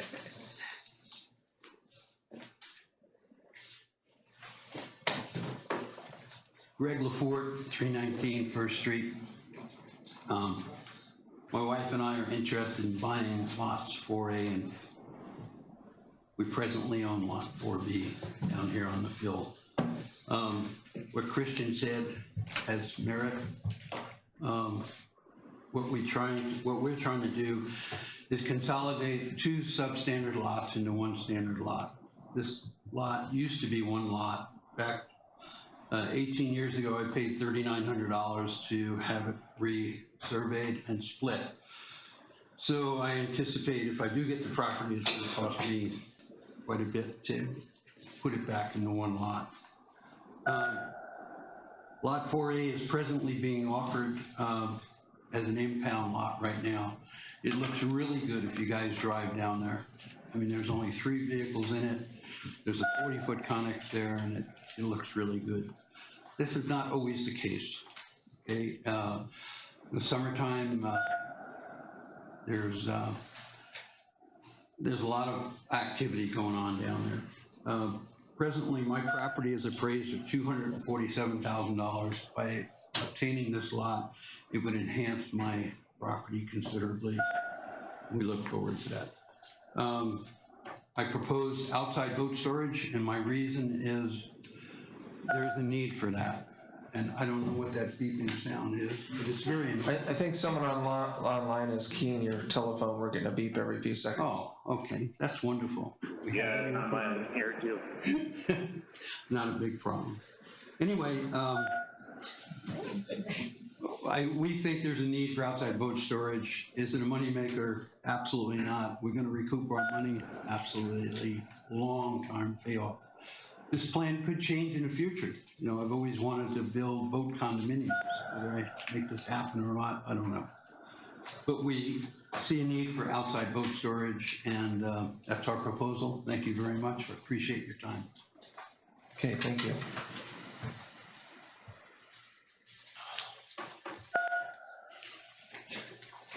Jeff, is that you?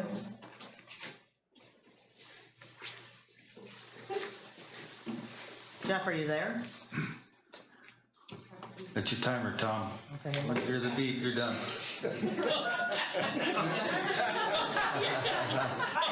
So who do we still have online now? I'm here. I can hear that atrocious noise. Not me. Okay. Can you call or text Jeff I'm maybe? texting him, and, yeah. Okay. All right, Tom Baylor, 304 RP Inlet Drive. Just a few things. I'd like to support CAM 2. support the Science Center, it was 1186-68. I would bring up a point that previous councils did hold employees to a conflict of interest. We actually had them leave the room several times when we were discussing land sales, and there will be many issues before this building is built, and I don't think appropriate that an employee would have unfettered access to debate and bring forth and vote. So I think that would be wise to have a conflict of interest. This is on the impound lot. This lot was made available for proposals by the previous city manager and council. It was the city manager's opinion that the impound lot could be relocated. After receiving proposals, it was determined by staff that the city did not have a viable lot to relocate the impound lot. So what has changed since the previous city manager and council made the decision not to sell this lot? Have we identified a lot to move to? Did we budget money for this? I understand council is not bound by decisions made by previous councils, but the record of why they made the decision should be considered. As far as being a substandard lot, it really doesn't mean anything about that. You just have to follow your setbacks. Anybody can build on it. It's a legal lot. And the police who operate the lot, you know, they're in the same fix as the harbor. They can't go down there and fix it up and put security in and put connexes because they keep getting threatened to be sold. And it's the same problem that the harbor had. So just identify it as an impound lot, let them fix it up, and let's look 30, 40, 50, 60 years ahead. We're gonna need property. So I do not support the sale of the lot. Thank you. Hey, thank you. James, I'm gonna hang up and then reconnect, okay? Okay, cool. I actually just texted you that. Oh, okay, I'm doing it. Any other comments on audience items? Sorry, audience comments on agenda items? Beeping phones rattling me. Yes, I'm Margaret Hanson. My husband and I live on the 5 Mile Loop Road. We built there in '72, and we've lived there ever since. I'd like to speak on the number 18, tracks 7, 8, 9B. We don't feel there's been enough discussion on this property. The letter didn't give much information. We have a lot of concerns with all the more transient people in and out. Parking, we have a very narrow road. A lot of people in the winter time and some in the summer, they go park out there. They stay off the road, but in the winter time you can't because they walk down on the properties and they go out to the lake. They might take a kayak out there, or in the wintertime they're skating, which if the tiny houses were there, they wouldn't be there in the wintertime. But what does the council, what kind of parameters? Is it going to be April to October? If they go over that, you're going to fine them.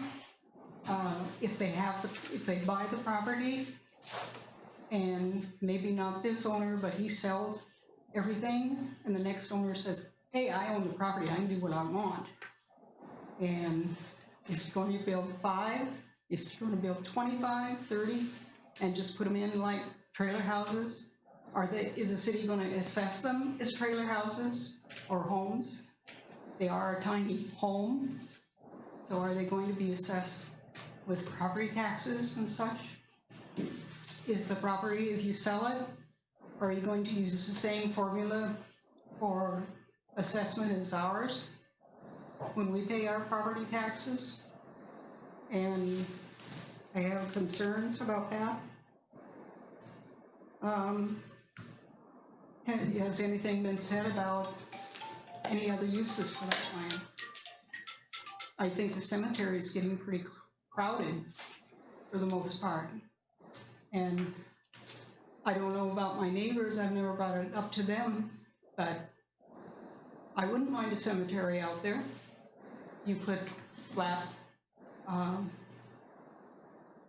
you wouldn't have above ground markers or anything, something like that. And at least those neighbors would be quiet. Occasionally some flowers even, and that would be very nice. But my husband and I are against selling this property and having tiny houses there. Thank you. Okay, thank you. Let me call James, sorry, I didn't want to do that while she was talking.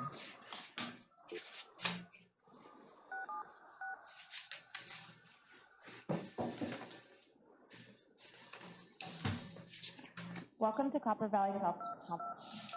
The administrator, not Flowers, my goodness. the conference administrator, has joined the conference. There are 1 attendee on the conference call.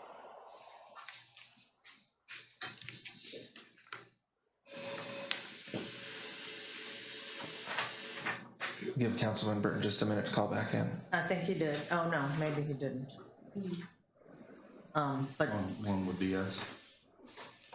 If any of the audience would like to give comments on agenda items, we can get ready, and we'll just give Councilman Burton a second to call in. Sure, I'll be quick. Kristen Carpenter again from 507 4th Street. I just wanted to comment on the request for purchasing the lots out of the 5 Mile Loop.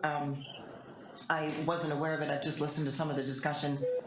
It sounds like there maybe needs to be more time. I think that's probably going to be helpful. It sounds like there's a lot of questions around density, which I think are legitimate, but I remember when it was turned into when it was rezoned as the avalanche zone, there used to be homes out there. It's not a buffer strip. There were home sites. There were at least three more homes, maybe 4, I can't remember. I was trying to think about how many more homes there were. So it's not like it wasn't developed ever. And so I think folks should take that into account. And I do think we need more summer housing for small households, 1 to 2 people. I don't think there's much in the way of rental housing stock for 1 or 2 people who are looking for an affordable place to live. So I think that bears just considering. But I hear a lot of the questions, and I'm sure that there'll be a lot more discussion on this. Thank you. Okay, thank you. So we have Councilman Burton and Guard back online. Councilman Guard. Yeah, you got me. Okay, thank you. Other audience comments on agenda items? Okay, thank you. Chairpersons and representatives of boards and commissions, CCMC.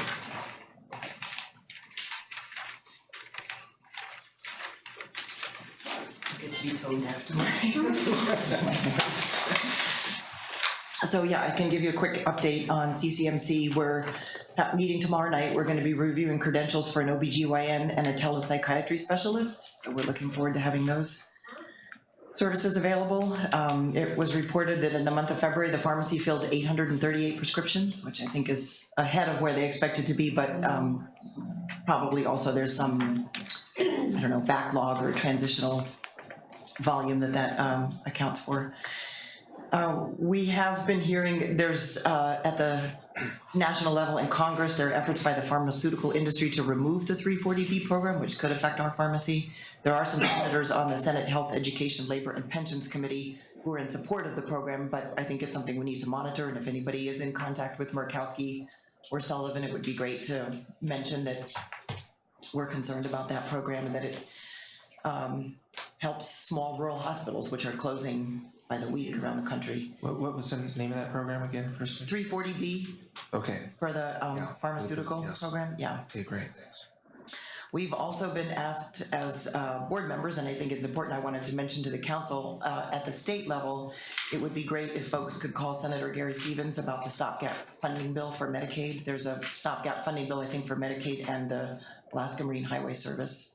And they're trying to get some funding in place in the very near term because the state is still working on the budget, which who knows at what point they're gonna come through with that. But we go through about $30,000 a day in cash, and half of that is Medicaid. And if the state runs out of Medicaid money, we will have no cash flow. So that's pretty critical. They've recently hired 3 more registered nurses as permanent staff, and so we're gonna be down to 2 to 3 traveling nurses once those permanent staff complete their training. So we're really making progress on that. And the staff has also been implementing a new electronic health records system just for the nursing home side of the medical center. So that's a slightly different, or they're gonna be 2 separate modules once everything gets up and running. But most of that system has been live for, or at least a big chunk of it, for at least 1 month.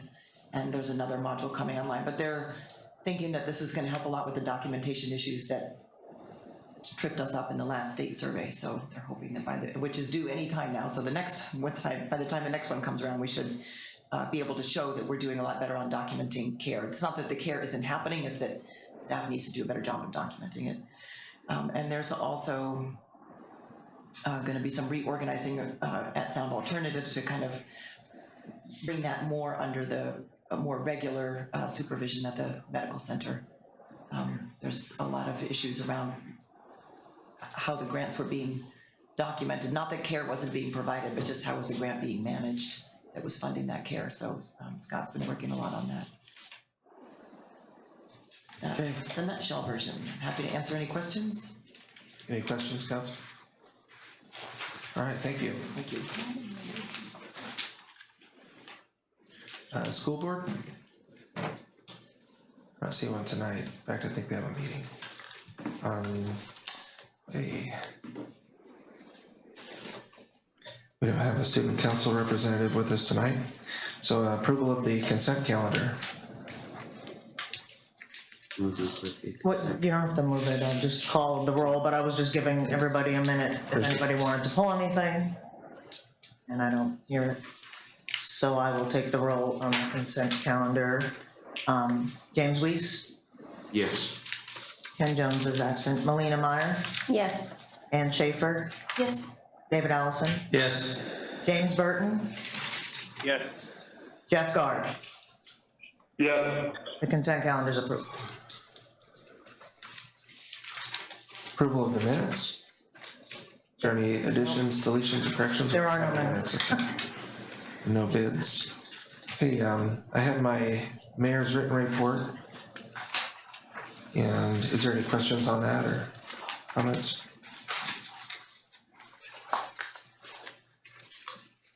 I just wanted to mention, we're organizing a crab feed for this Saturday night, and probably gonna try to structure it so that we have a limited amount of crab that was donated by the Trident Seafoods and Silver Bay Seafoods, and the Reluctant Fishermen's donating some services, and fishermen donated some crab. So there's just gonna be kind of a minimal, like a $10 fee to help with the facilities costs.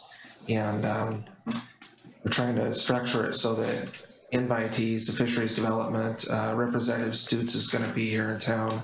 So I think council will be invited, so you have some access there. And then, of course, the processors and the fishermen and Department of Fish and Game. And we have invites into the governor's office. So that'll be 6 o'clock on Saturday evening. And we'll be getting some invites out over the next couple days. Also, I got one correspondence in the packet. I like to bring those to council before they go out. Because it's really council that's communicating. And I like you to have a chance to see those. But sometimes the timing is such that I really don't have time to, the need is fairly pressing. So occasionally there will be an organization that's looking for a letter of support. And for instance, my correspondence to Senator Murkowski, and so I'll just do it right then, and especially if it's non-controversial, and then just put it in the packet. So. I did have a question. Yes, Councilor. Do you have any update about the fast response cutter from your meetings that you recently had? I do. So the Coast Guard themselves said that they still have not made a decision, but I ended up having a pretty long discussion with Representative Don Young's transportation person. They said they've heard that the Coast Guard's pretty much planning on 2 in Kodiak, 2 in Ketchikan, which are already deployed. The next 2 are gonna go 1 to Sitka, 1 to Seward.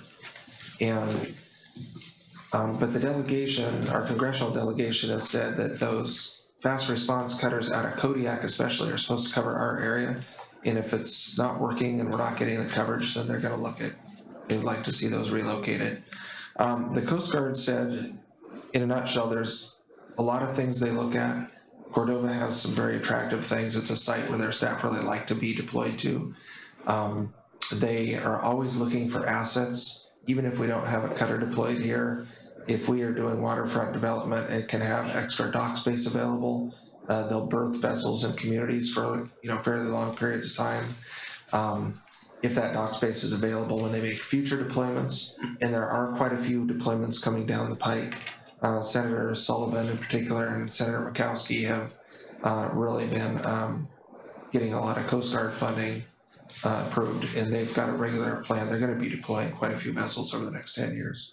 So I guess my takeaway is Cordova should, if we want a vessel, the time to start positioning for a vessel 5 years from now is now, in looking at things that the Coast Guard looks at, like what's the jobs market like for the spouses or family that aren't on the vessel? What are your schools and health services like? Dock spaces, first and foremost. Housing's probably second. So it's kind of the short story. So, and I guess I'll just throw in that Colin Bronson, I just got an email from him today. They're going to be leaving Seattle any day, headed back this way. And they will be approaching the city to be a Coast Guard community. It's a designation that they have, and he's been working on this. You may be aware they've been working with Parks and Rec on building a Frisbee golf course that they want to have done by June. And that and some other things that the city's worked on. And he's pretty excited about doing that. And I think that's little things like that are helpful, when the Coast Guard's looking at deployment. So. Who was that you said? Commander Bronson, Colin, on the Sycamore. Okay, if there's no questions, manager's report. Reiterate again that I'm going to be gone starting late Friday afternoon till April 2nd or 3rd for my son's pre-deployment leave, as we talked about last October. We talk about the hospital a lot. We talk about, different organizations that we share time with. By the way, I'll have emails with your contact information. It's all fine to call me anytime. We just implemented our second fully shared position with the medical center. We're sharing both facilities, and we're sharing IT services. We just went to a single platform. We both use Arctic IT for that platform, so that the one person we do share is familiar with both, and that seems to be working out very well. We do other things. Friday afternoon, the CCMC had, what kind of a problem was it? A boiler? Sanitization boiler, 3 o'clock. Sanitization boiler at 3 o'clock, and our crew that was still remaining went out and fixed that at 3:30 in the afternoon on Friday. So we cooperate fully to try to keep our costs down and to keep everybody running. I just like to compliment public works staff. They are really, although they have designations, many of them are jacks of all trades, and they are very good at improvising to fix things. Right now we have the battery backup system for CCMC. It's about on its way for delivery, coming up pretty shortly. So we're gonna check that one off the list, and just kind of noteworthy that we're checking a few things off the list. You did get your copy of the budget. Appreciate all the work on that. The audit's done now, so it seems like we're making progress. What we really need to do, the big thing, is we need to have some strategic planning sessions in April here. So we need to consider those as we're moving forward. With that, I'll be happy to answer any questions. Any questions online, council?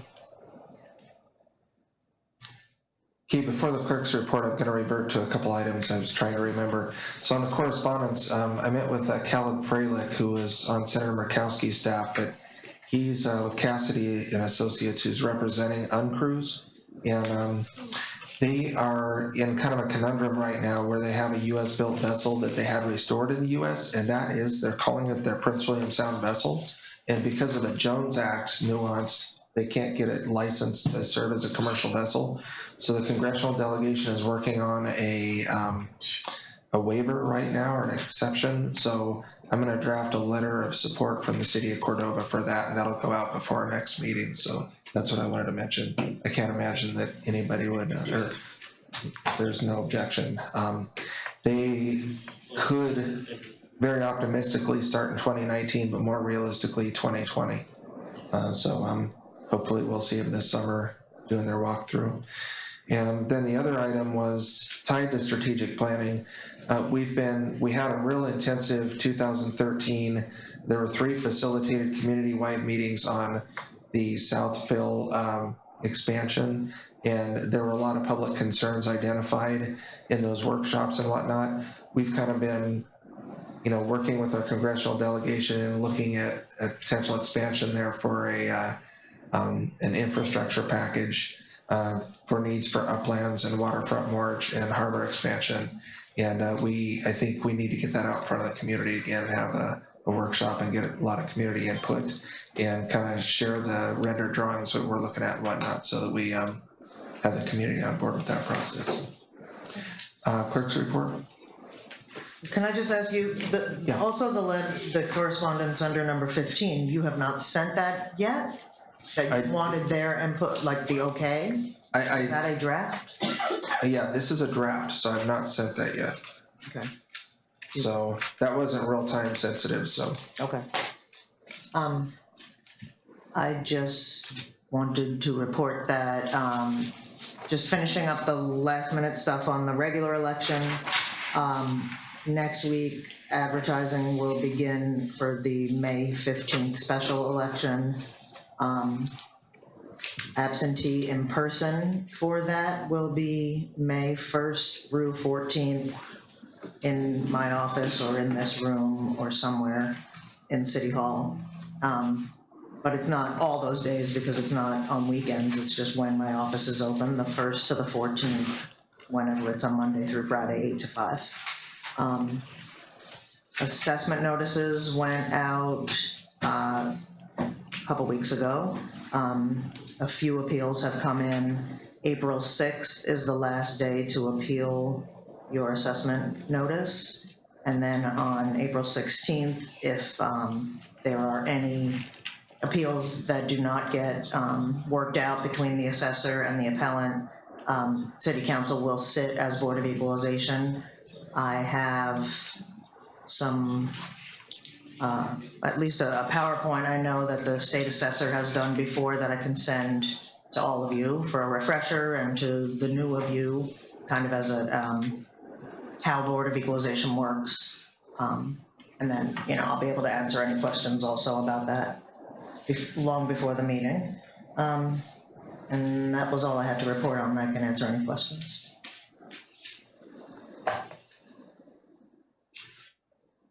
Okay, any questions, council? We have a correspondence in the packet. And so page 22 is just that letter of support for 60 Degrees North Seafoods. And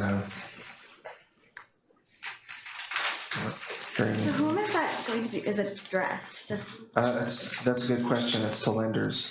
So they're seeking financing to purchase and develop. And they just wanted a letter showing the city's support for the business being in operation. So that was the purpose. Good question. Okay, ordinances and resolutions. Item 16 on the agenda, ordinance 1168, an ordinance of the City Council of the City of Cordova, Alaska, authorizing the sale and conveyance of Alaska State Land Survey 2001-5 according to the plat number 2006-9 to the Prince William Sound Science and Technology Institute for $50,000. It's a first reading. So move. Second. Have a motion and a second, discussion. Councilman Allison? Yeah, I've stated it before, I support the Science Center. We've had some relatively strong community support for in writing and here tonight before us. Obviously, they're a cornerstone of the community and they do a lot of good for the community. I just have a couple of questions regarding this. The sale is for $50,000, which is less than fair market value, but I couldn't find anywhere in there what fair market value was. I might have missed it, but can we get that number? Yeah. Was it 78? 86? 86? 68. 60. The assessed value is 68. The assessed value is 68. A 10% state. So we're roughly looking at 70,000. I don't care about details too much. Yeah, I was operating with the numbers 78 in my head, 68 and 78. It was 50 versus 250 or 50 versus 60. I mean, there's just a difference there. And my second question is on the right of first refusal. Doesn't say anything in there about the, you know, if they were to sell, if they were to buy this for $50,000 this month and 3 months from now decide they're going to sell it, we'd have right of first refusal at what price? Right. We will address that in the final document, second reading. I just want the same discount we're giving them if they turn out to sell. I don't expect them to turn around and sell this in any, I fully expect them to do their project and we'll support whatever it takes to help them get there. I just want to be sure that we're not letting them speculate like we don't let anybody else. So Right, Katrina and I just talked about that before the meeting, and we'll have language worked out with the attorneys. Okay. And my only other comment, I guess, regarding it is, it's not much, but hopefully you can leverage that 18,000 or whatever the difference is in the value there, and what we're giving you is leverage that for whatever you can for future donations or whatever you're, you know, for your fundraiser, for your fundraising opportunities. So. Anyway, I support it. Councilman Weiss, do you want to speak to your second? No, everything you just said, the campus is looking great. I really appreciate all the information on everything you've contributed to the town and the economy and bringing money in, and no, it's exciting to see. Okay, and Councilman Lanning has been negotiating this too. Did you have comments or? Well, I'm not elected yet. Yeah, not comments, but just city manager. But sorry, you call me councilman. I think it was as we have addressed a number of these, whether it's the the different deed and lease proposals that we've tried to put forward to you, and some time ago we've been sort of leaning our way through a development agreement. I think this is the expectation that you should have, at least in its very first night. I appreciate Katrina taking the brunt of all of my desire to use them as an experiment for the kind of packet you should have available to you. You know, it has project timelines, economic impacts, future impacts, what the development scenario looks like, the multiplier on the economy. It has so many things that allows you as a council to make a good decision about whether a project has a chance or not. And I think this is exactly what we were trying to achieve in terms of a detail, instead of just selling a piece of land and moving on. And I'm hoping as we go through, and you look at page 40 in particular, you know, what they spend in the community in terms of administration, dormitory, and warehouse. So I think this is a good packet, a couple of site plans, and it'll get refined from here. There's gonna be, you know, some negotiation as we go along, because none of this is ever written in perfectly. But we've included the memorandum of understanding, the purchase and sale agreement. We've included everything in here, and I think this is really a good pack, and I appreciate the Science Center's hard work on this, because this truly has taken a lot of work to put this all together, and this should be your expectation going forward for development. I'd also like to mention, Council, while you're in discussion, that the Executive Director of the Science Center is here in the audience available if you have any questions. She said she'd be willing to address those, so. Thank you, Manager Lanning. Councilman Allison? Yeah, I don't have any other question. I just wanted to echo what Manager Lanning said. The packet was excellent, put together for us, and the job that the Science Center did on that packet was appreciated. Thank you. Okay. Further discussion, Council? Can I make a point? I've got one question here. Councilman Garden. Yeah, we've got a community asset here, and I am very much in favor of the sale of land and support of the Science Center, but we've got an issue here that we've got a community activity on there with the burn pile, and I'd like to see some solutions through that. Same kind of problem we have with the impound lot on the other piece of property. We kind of need to do some planning for things we'd be losing on both of these.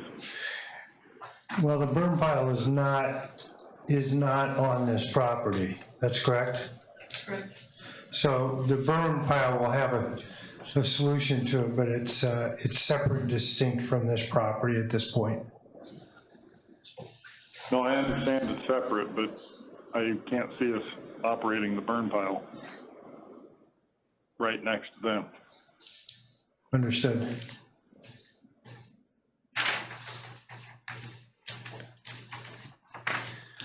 Okay, Councilman Meyer?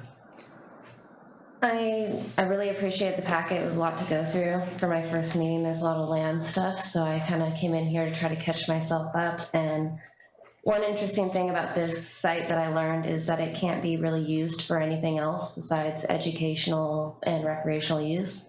So I think this is a perfect spot for the Science Center, and I support it. Okay.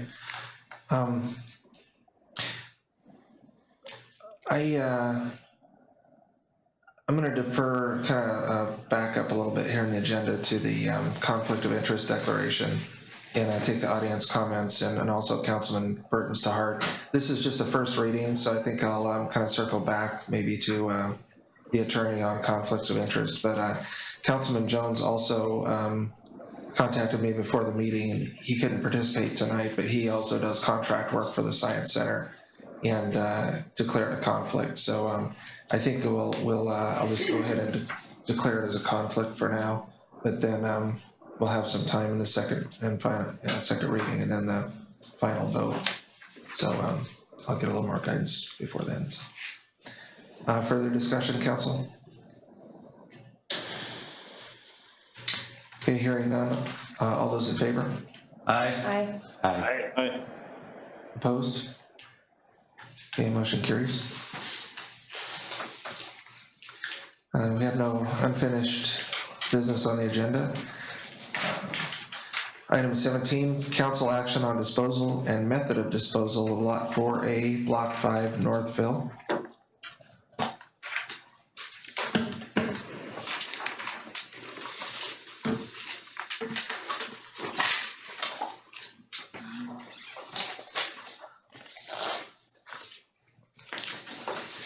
That's on page 64.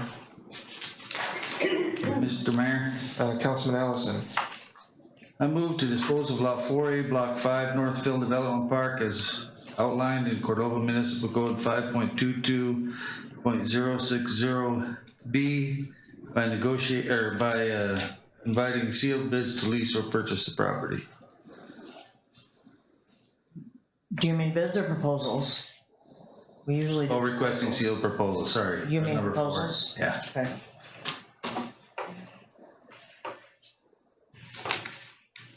I'll second. Have a motion and a second. Councilor Allison, would you like to speak to your motion? Yeah, we've been through this process at least once, as one of our community members said, maybe twice or more. I don't know how many times we've gone through it on this particular piece of property, but we do have an issue with the impound lot, although I think there probably are other options for the impound lot. I don't buy the security issue. The lot we have isn't secure by any stretch of the imagination.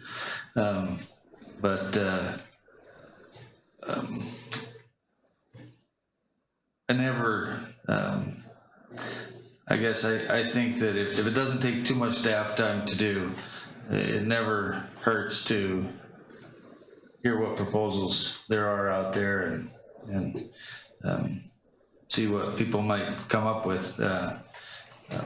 You know, it puts maybe the original proposer at a disadvantage, but that's our process, and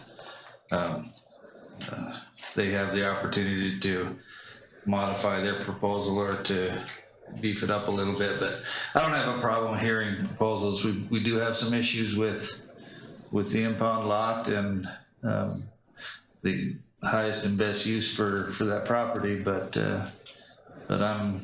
I guess I'm in favor of seeing what the proposals are and going from there.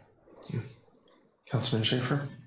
Yeah, I echo those sentiments. Like, it could be interesting to see what proposals that we might get, and just see what ideas there are for the lot before we think about selling or not selling down the line. Further discussion, council? Just for council's sake, maybe we could have someone tell us what other options we have for an impound lot, or if that's something that's been considered. I had a talk with Leif about it today, just to be curious, but I mean, we don't. It doesn't sound like previous councils have been very interested in selling this lot, and that's a lot of work to have someone be put through just so we can see. I mean, but if we're interested in getting rid of this, is there a good viable option that we like for moving the impound lot? I don't know the answer to that. I don't know of one right offhand. Councilman Schaefer? How many cars does the impound lot like house on a, like, what's the range? 2 to 6. Yeah, I've seen a dozen out there. Could we refer this back to staff until we get some information about the impound lot? Council can, yeah. I think the proposal ought to include what we're gonna do with the impound lot. Make them figure out a solution for that for us. Okay. If council approves this, you'll have some time too, because there's a process of going out and soliciting, and can maybe get a staff report on the city's use of it. If that's all right. Yeah, we'll get something out to you by the end of the week. What possibilities exist. Further discussion, council? I'd be in favor of seeing what we have for options for the impound lot before we put it out for proposal.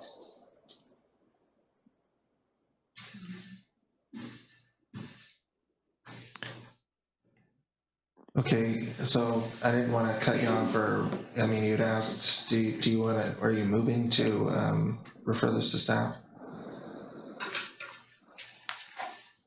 I'd make a motion to refer it to staff so we could get some answers on the impound lot move. Okay, That second. have a motion and a second to refer to staff, discussion. Mr. Mayor.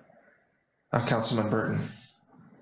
Yeah, I think Mr. Baylor in his audience comments at the beginning kind of hit the nail on the head there.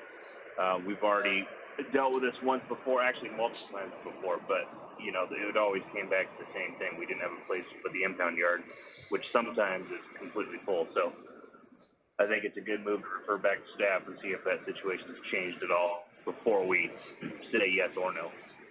Okay, it sounds like council's asking for input from city staff on whether or not you should sell this lot. Is that kind of what you're thinking, Councilman Burton? No, I was talking about the impound lot on Okay. locating it. Okay. That was a hang up before. Okay. So it sounds like you're in favor of a motion to refer. Any other discussion, council? It'd just be nice to know a little bit more about the impound lot, how many cars, where a good option would be if we did lease or sell this property. Maybe we could have a time frame where we can keep using the impound lot until that goes into effect while we get a new piece of property ready or something. Just some options and looking into possibilities. Okay. Any further discussion on the motion to refer? Okay, all those in favor? Aye. Aye. Aye. Opposed? Okay, that's referred back to staff. Next item of business is council action on disposal and method of disposal of tracks 7, 8, and 9B, Group C, Alaska State Land Survey 73-35. 5.5 mile loop.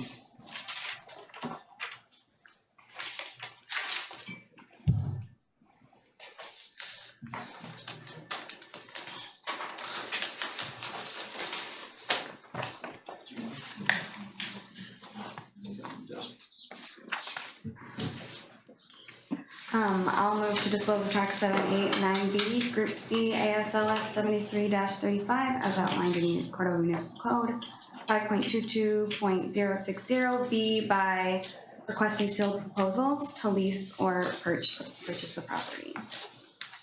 A second. Have a motion and a second. Councilman Schaefer, speak to the motion.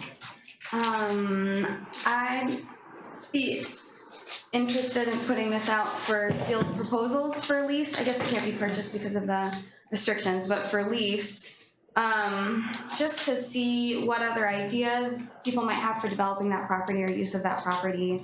Could give some of the local residents more time to figure out, what they want to see with the property. And I didn't find that this bid was particularly detailed, so it'd be nice to have more information on the plan for the submitted bid as well. So that's why. Okay, Councilman Meyer. I agree with those points. I think having some more information about proposals would be nice, and being able to do this proposal process, then anyone doing a proposal has to fill out a different packet and has more information in it. This property can only be leased, from my understanding. It can't be sold. And this also just a little more time for the residents that live out there to give input, and it'll go back to the Zoning and Planning Commission for that. Okay. Further discussion, council? Manager Lanning. I think all along, and I'll speak for my own intent in this, is way back when we started strategic planning, one of the points that were brought up at that time was to expand our RV space. We knew that we had, regardless of where we intended to propose that, we knew there would be difficulties.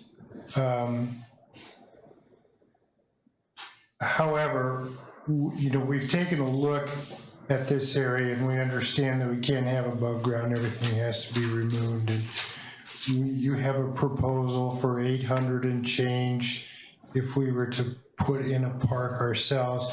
I think my thought was always that if we were gonna do the 5-mile loop here, that it would be a well-controlled, well-regulated city asset to some degree that addressed all of those components we heard from the audience. Speed, parties, loud noises, those kinds of things. I don't know if this proposal does that, but as you can see, there are several lots along there, and to me it made sense as a proposal that utilized pretty much all of that area in that regard. You know, maybe there were some removable cabins and those things, but I guess what I'm trying to say is, I always think that before we've had a chance to plan these things out, we have written up something for you, but I didn't really want to give that to you out of the context of us having a planning session, figuring out the basis of what we're trying to achieve. And then and only then can I think we can make a good decision about the disposal of lots just like this for the benefit of the public.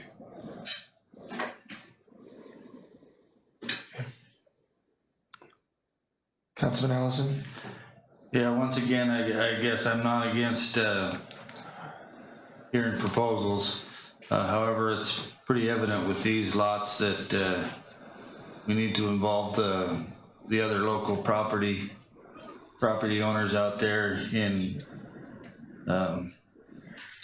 certainly a deeper fashion than has been to date. I think the planning commission just got this, and of course we just got this, so nobody's had a whole lot of time to consider it. With proposals, it gives us another 45 days or so, and then it goes to planning again and would come here again. So I'm not against seeing proposals, but I agree we need to include this in our planning session, and we certainly need to get a committee or something of those adjacent property owners together for whatever we decide to do, whether we do our own camper park or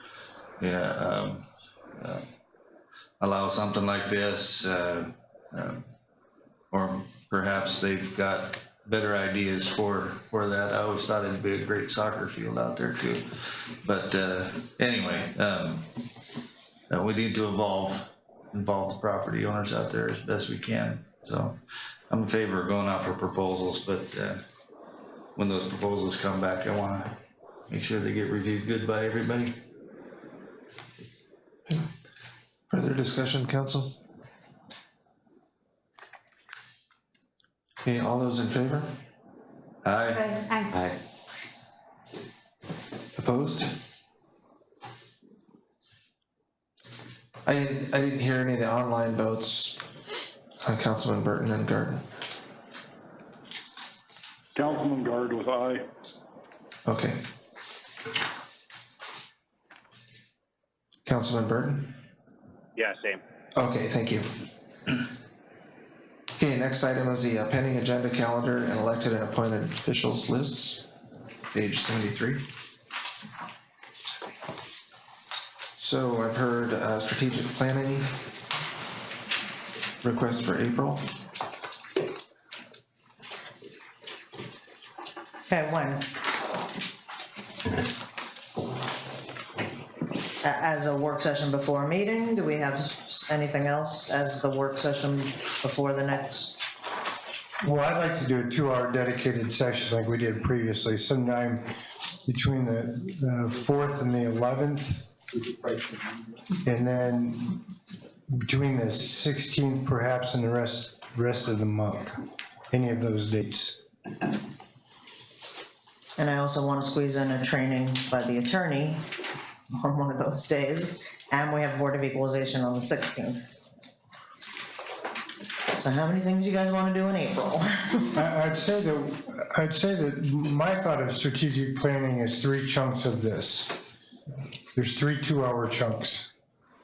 And we don't have to go through all of the stuff we did previously. We're reviewing the chunks that we've already bid off and reprioritizing those based upon what we know. We could get it done in 1 2-hour chunk, but at least reserve 3. See, what's our regular? Or calculate 3. Okay. 4th? So not on April 4th, but one of those days, like 9, 10, or 12, something like that? Monday, Tuesday, or Thursday? It would be 11th is the last day, some between the 4th and the 10th. We could do it on the 4th before a council meeting is that the council meeting date? Yes. If you wanted to maybe take a little extra time, an extra half an hour that night, start at 5:30 instead of 6, go up to 7, we could do it that way, and then schedule that one for sure, and then figure out where we're at after that. We didn't have any other work sessions already lined up, right, for before? Correct. What days are you going? I'm sorry. April 4th. Through the, No, he's gone until the 2nd or 3rd. 2nd or 3rd, so, but I was thinking April 4th, that night of the council meeting, have a work session. At 5:30. Strategic planning at 5:30 that evening. And we'll do an hour and a half, then we'll reschedule after that based upon the progress that we make. Does that work for council? I'll probably be gone 3 weeks of April. That's Okay. what it's looking like for me so far, so. Are you thinking the second regular meeting for training, Susan? Yes, that is better for Holly. Okay. The 18th? Yeah, well, but it doesn't have to be, like, she might was thinking maybe more like 2 or 3 hours. So maybe not before the meeting, or can we start at 5? Could people start at 5 on a day and do it? Hot dogs. If I bring hot dogs, I would bring something healthier than hot dogs. Just kidding. I know. What? Yeah, we'll feed you. I'm good whenever. Okay. I prefer it be on the regular meeting day. Yeah, I would too, actually. Okay. On both those. So April 4th, we're gonna do strategic planning, 5:30, and April 18th, we're going to do training at 5. And that gives me enough time to get it out there and let boards and commissions know as well.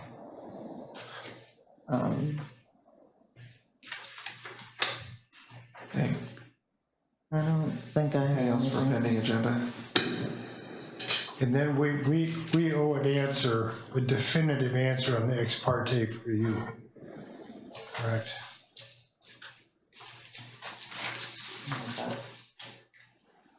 Okay. Okay. Hearing nothing else for pending agenda, audience participation.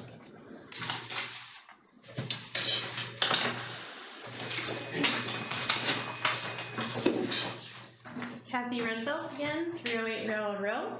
The Cordova Chamber of Commerce is hosting an economic summit in Cordova, April 19th, and I'd just like to officially invite you all to join us. It'll be here at the Cordova Center. There'll be drop-in sessions throughout the day, starting at 8 a.m. and going all the way through till 4:30. And there'll be a lot of roundtable discussions where we're inviting all business owners and just members of the community that are interested in the economic development of the community to get together and discuss what we see as hurdles in the community, what things we can work on, what assets we have that we're not utilizing, what holes there are in the business climate here, that what opportunities there are for new businesses.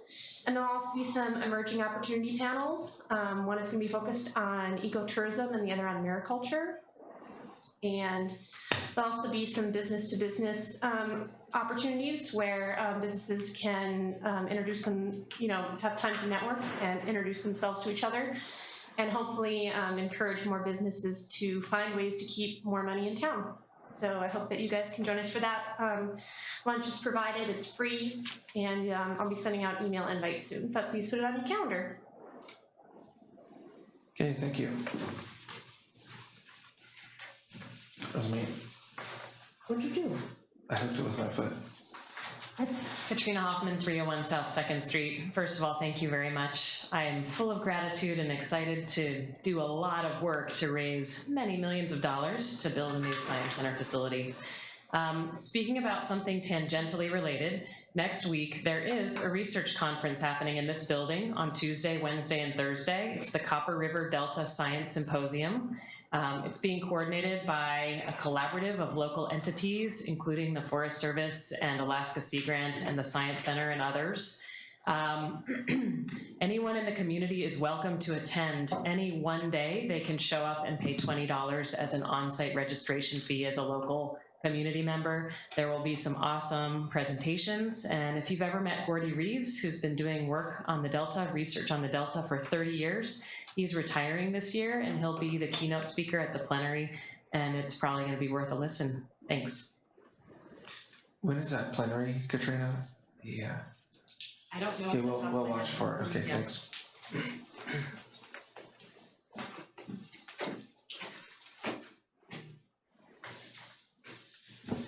Hello again, Tom Baylor, 304 Orchid Inlet Drive. On the 5.5 mile loop thing, please get it right, because we're probably gonna have a small turnout on the next election, and then we're right back again with resolutions to try to, so let's really get the public involved in that. On the ex parte, I kind of agree with Mr. Allison. I don't know how you can perform your duty in a little town like this unless you go out and talk to people and see the things. My standard was always never to comment, never to agree, never to promise anything. You just listen. And then when you come to the meeting, you tell, hey, I had this conversation. A little common sense there, I think, goes a long way. $50,000 for 5 acres. That's kind of like the Louisiana Purchase in this town. Just throwing this out there, why not charge its real value, like $300,000, $400,000, sell it to them for the $50,000 and take a $350,000 in-kind contribution, which probably would look good on when they go out for funding. Look how much the city supports us. They're giving us $300,000, $400,000 in-kind. Now, what do you say to the person that gets their tax bill and they got a half an acre and they're assessing it at $50,000, $60,000, $70,000? You go, well, wait a minute, you just sold 5 acres for $50,000. I mean, how do you justify that? So that was a couple of things. On these land sales, you know, 30 years ago when I started getting involved in this, we didn't sell land. Cordova Outboard, Alaska Power, those were leases. And the big debate was, why should we? So they sold, and then we started selling land.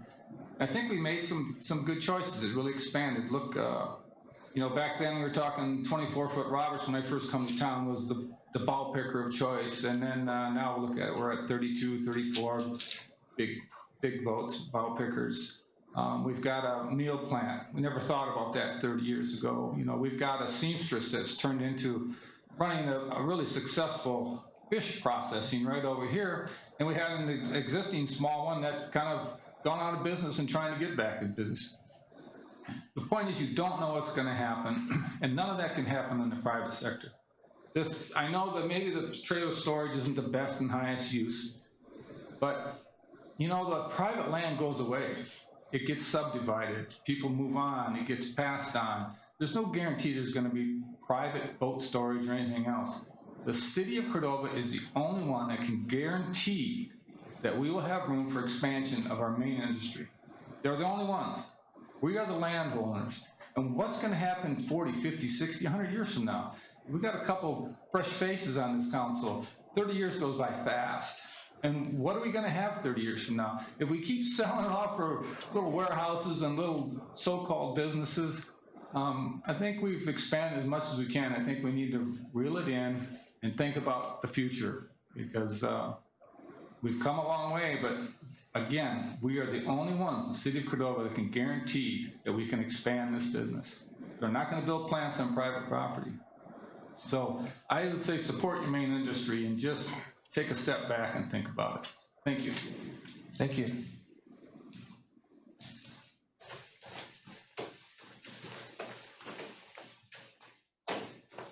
Nancy Bird. And Tom, I'm very happy to say, I think I agree with almost everything you just said. But mainly I wanted to two things, I guess. Thank you for the action on the ordinance 1168, I think was the number.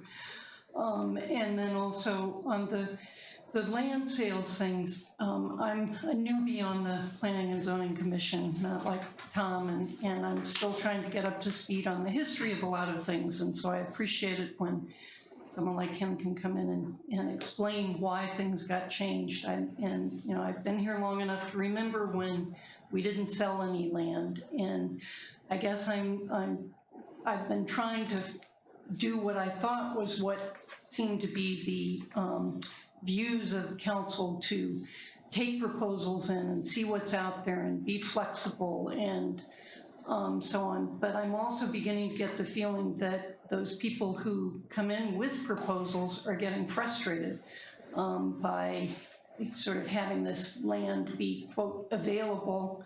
So they put in a brief proposal, and it's not meant to be a very detailed one the first round, because we have to go through the process at the P&Z of telling you whether we think you should go ahead and try to dispose of it in some way, and then ask for, tell you what we think, how you should dispose of it, just direct negotiation like you did with the Science Center, or through a bid proposal where you just get sealed bids and take sort of the highest bidder or not, possibly, or get sealed proposals, which gives you the biggest amount of flexibility. And that, you know, like Councilman Allison has been saying, seems reasonable to me to take.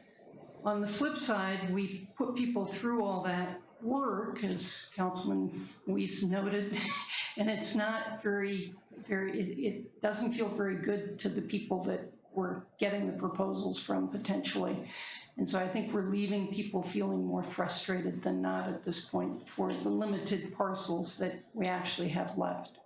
So with that said, I'm leaning tonight, after listening to everything, to say, let's just step back and let's do some more strategic planning with the city manager and all of the commissions, and the Harbor Commission and Parks and Rec and so on. And one last note, at the P&Z Commission, we did have Steve Schmidt online.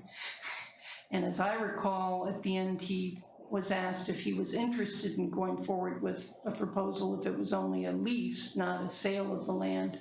And we at that time didn't know for sure which was possible. And his answer was that he probably wouldn't be as interested in a lease only. So He sent a letter though that said he would. okay, so he's, that's good to know. No, okay, thank you. Okay, thank you.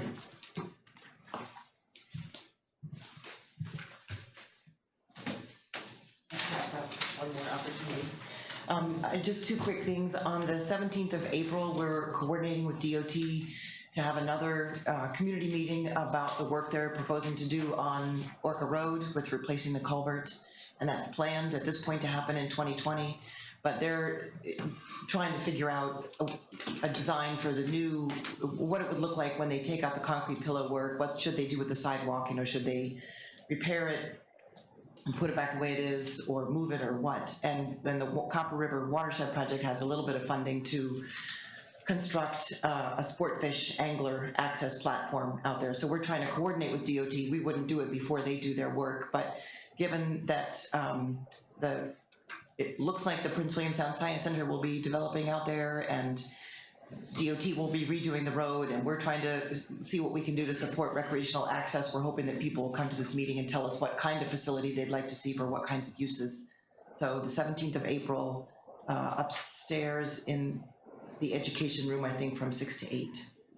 And I also just thought I would take advantage of having people together here to say that the Copper River Watershed Project is in the process of working on replacing a culvert on the Copper River Highway in the next 3 weeks.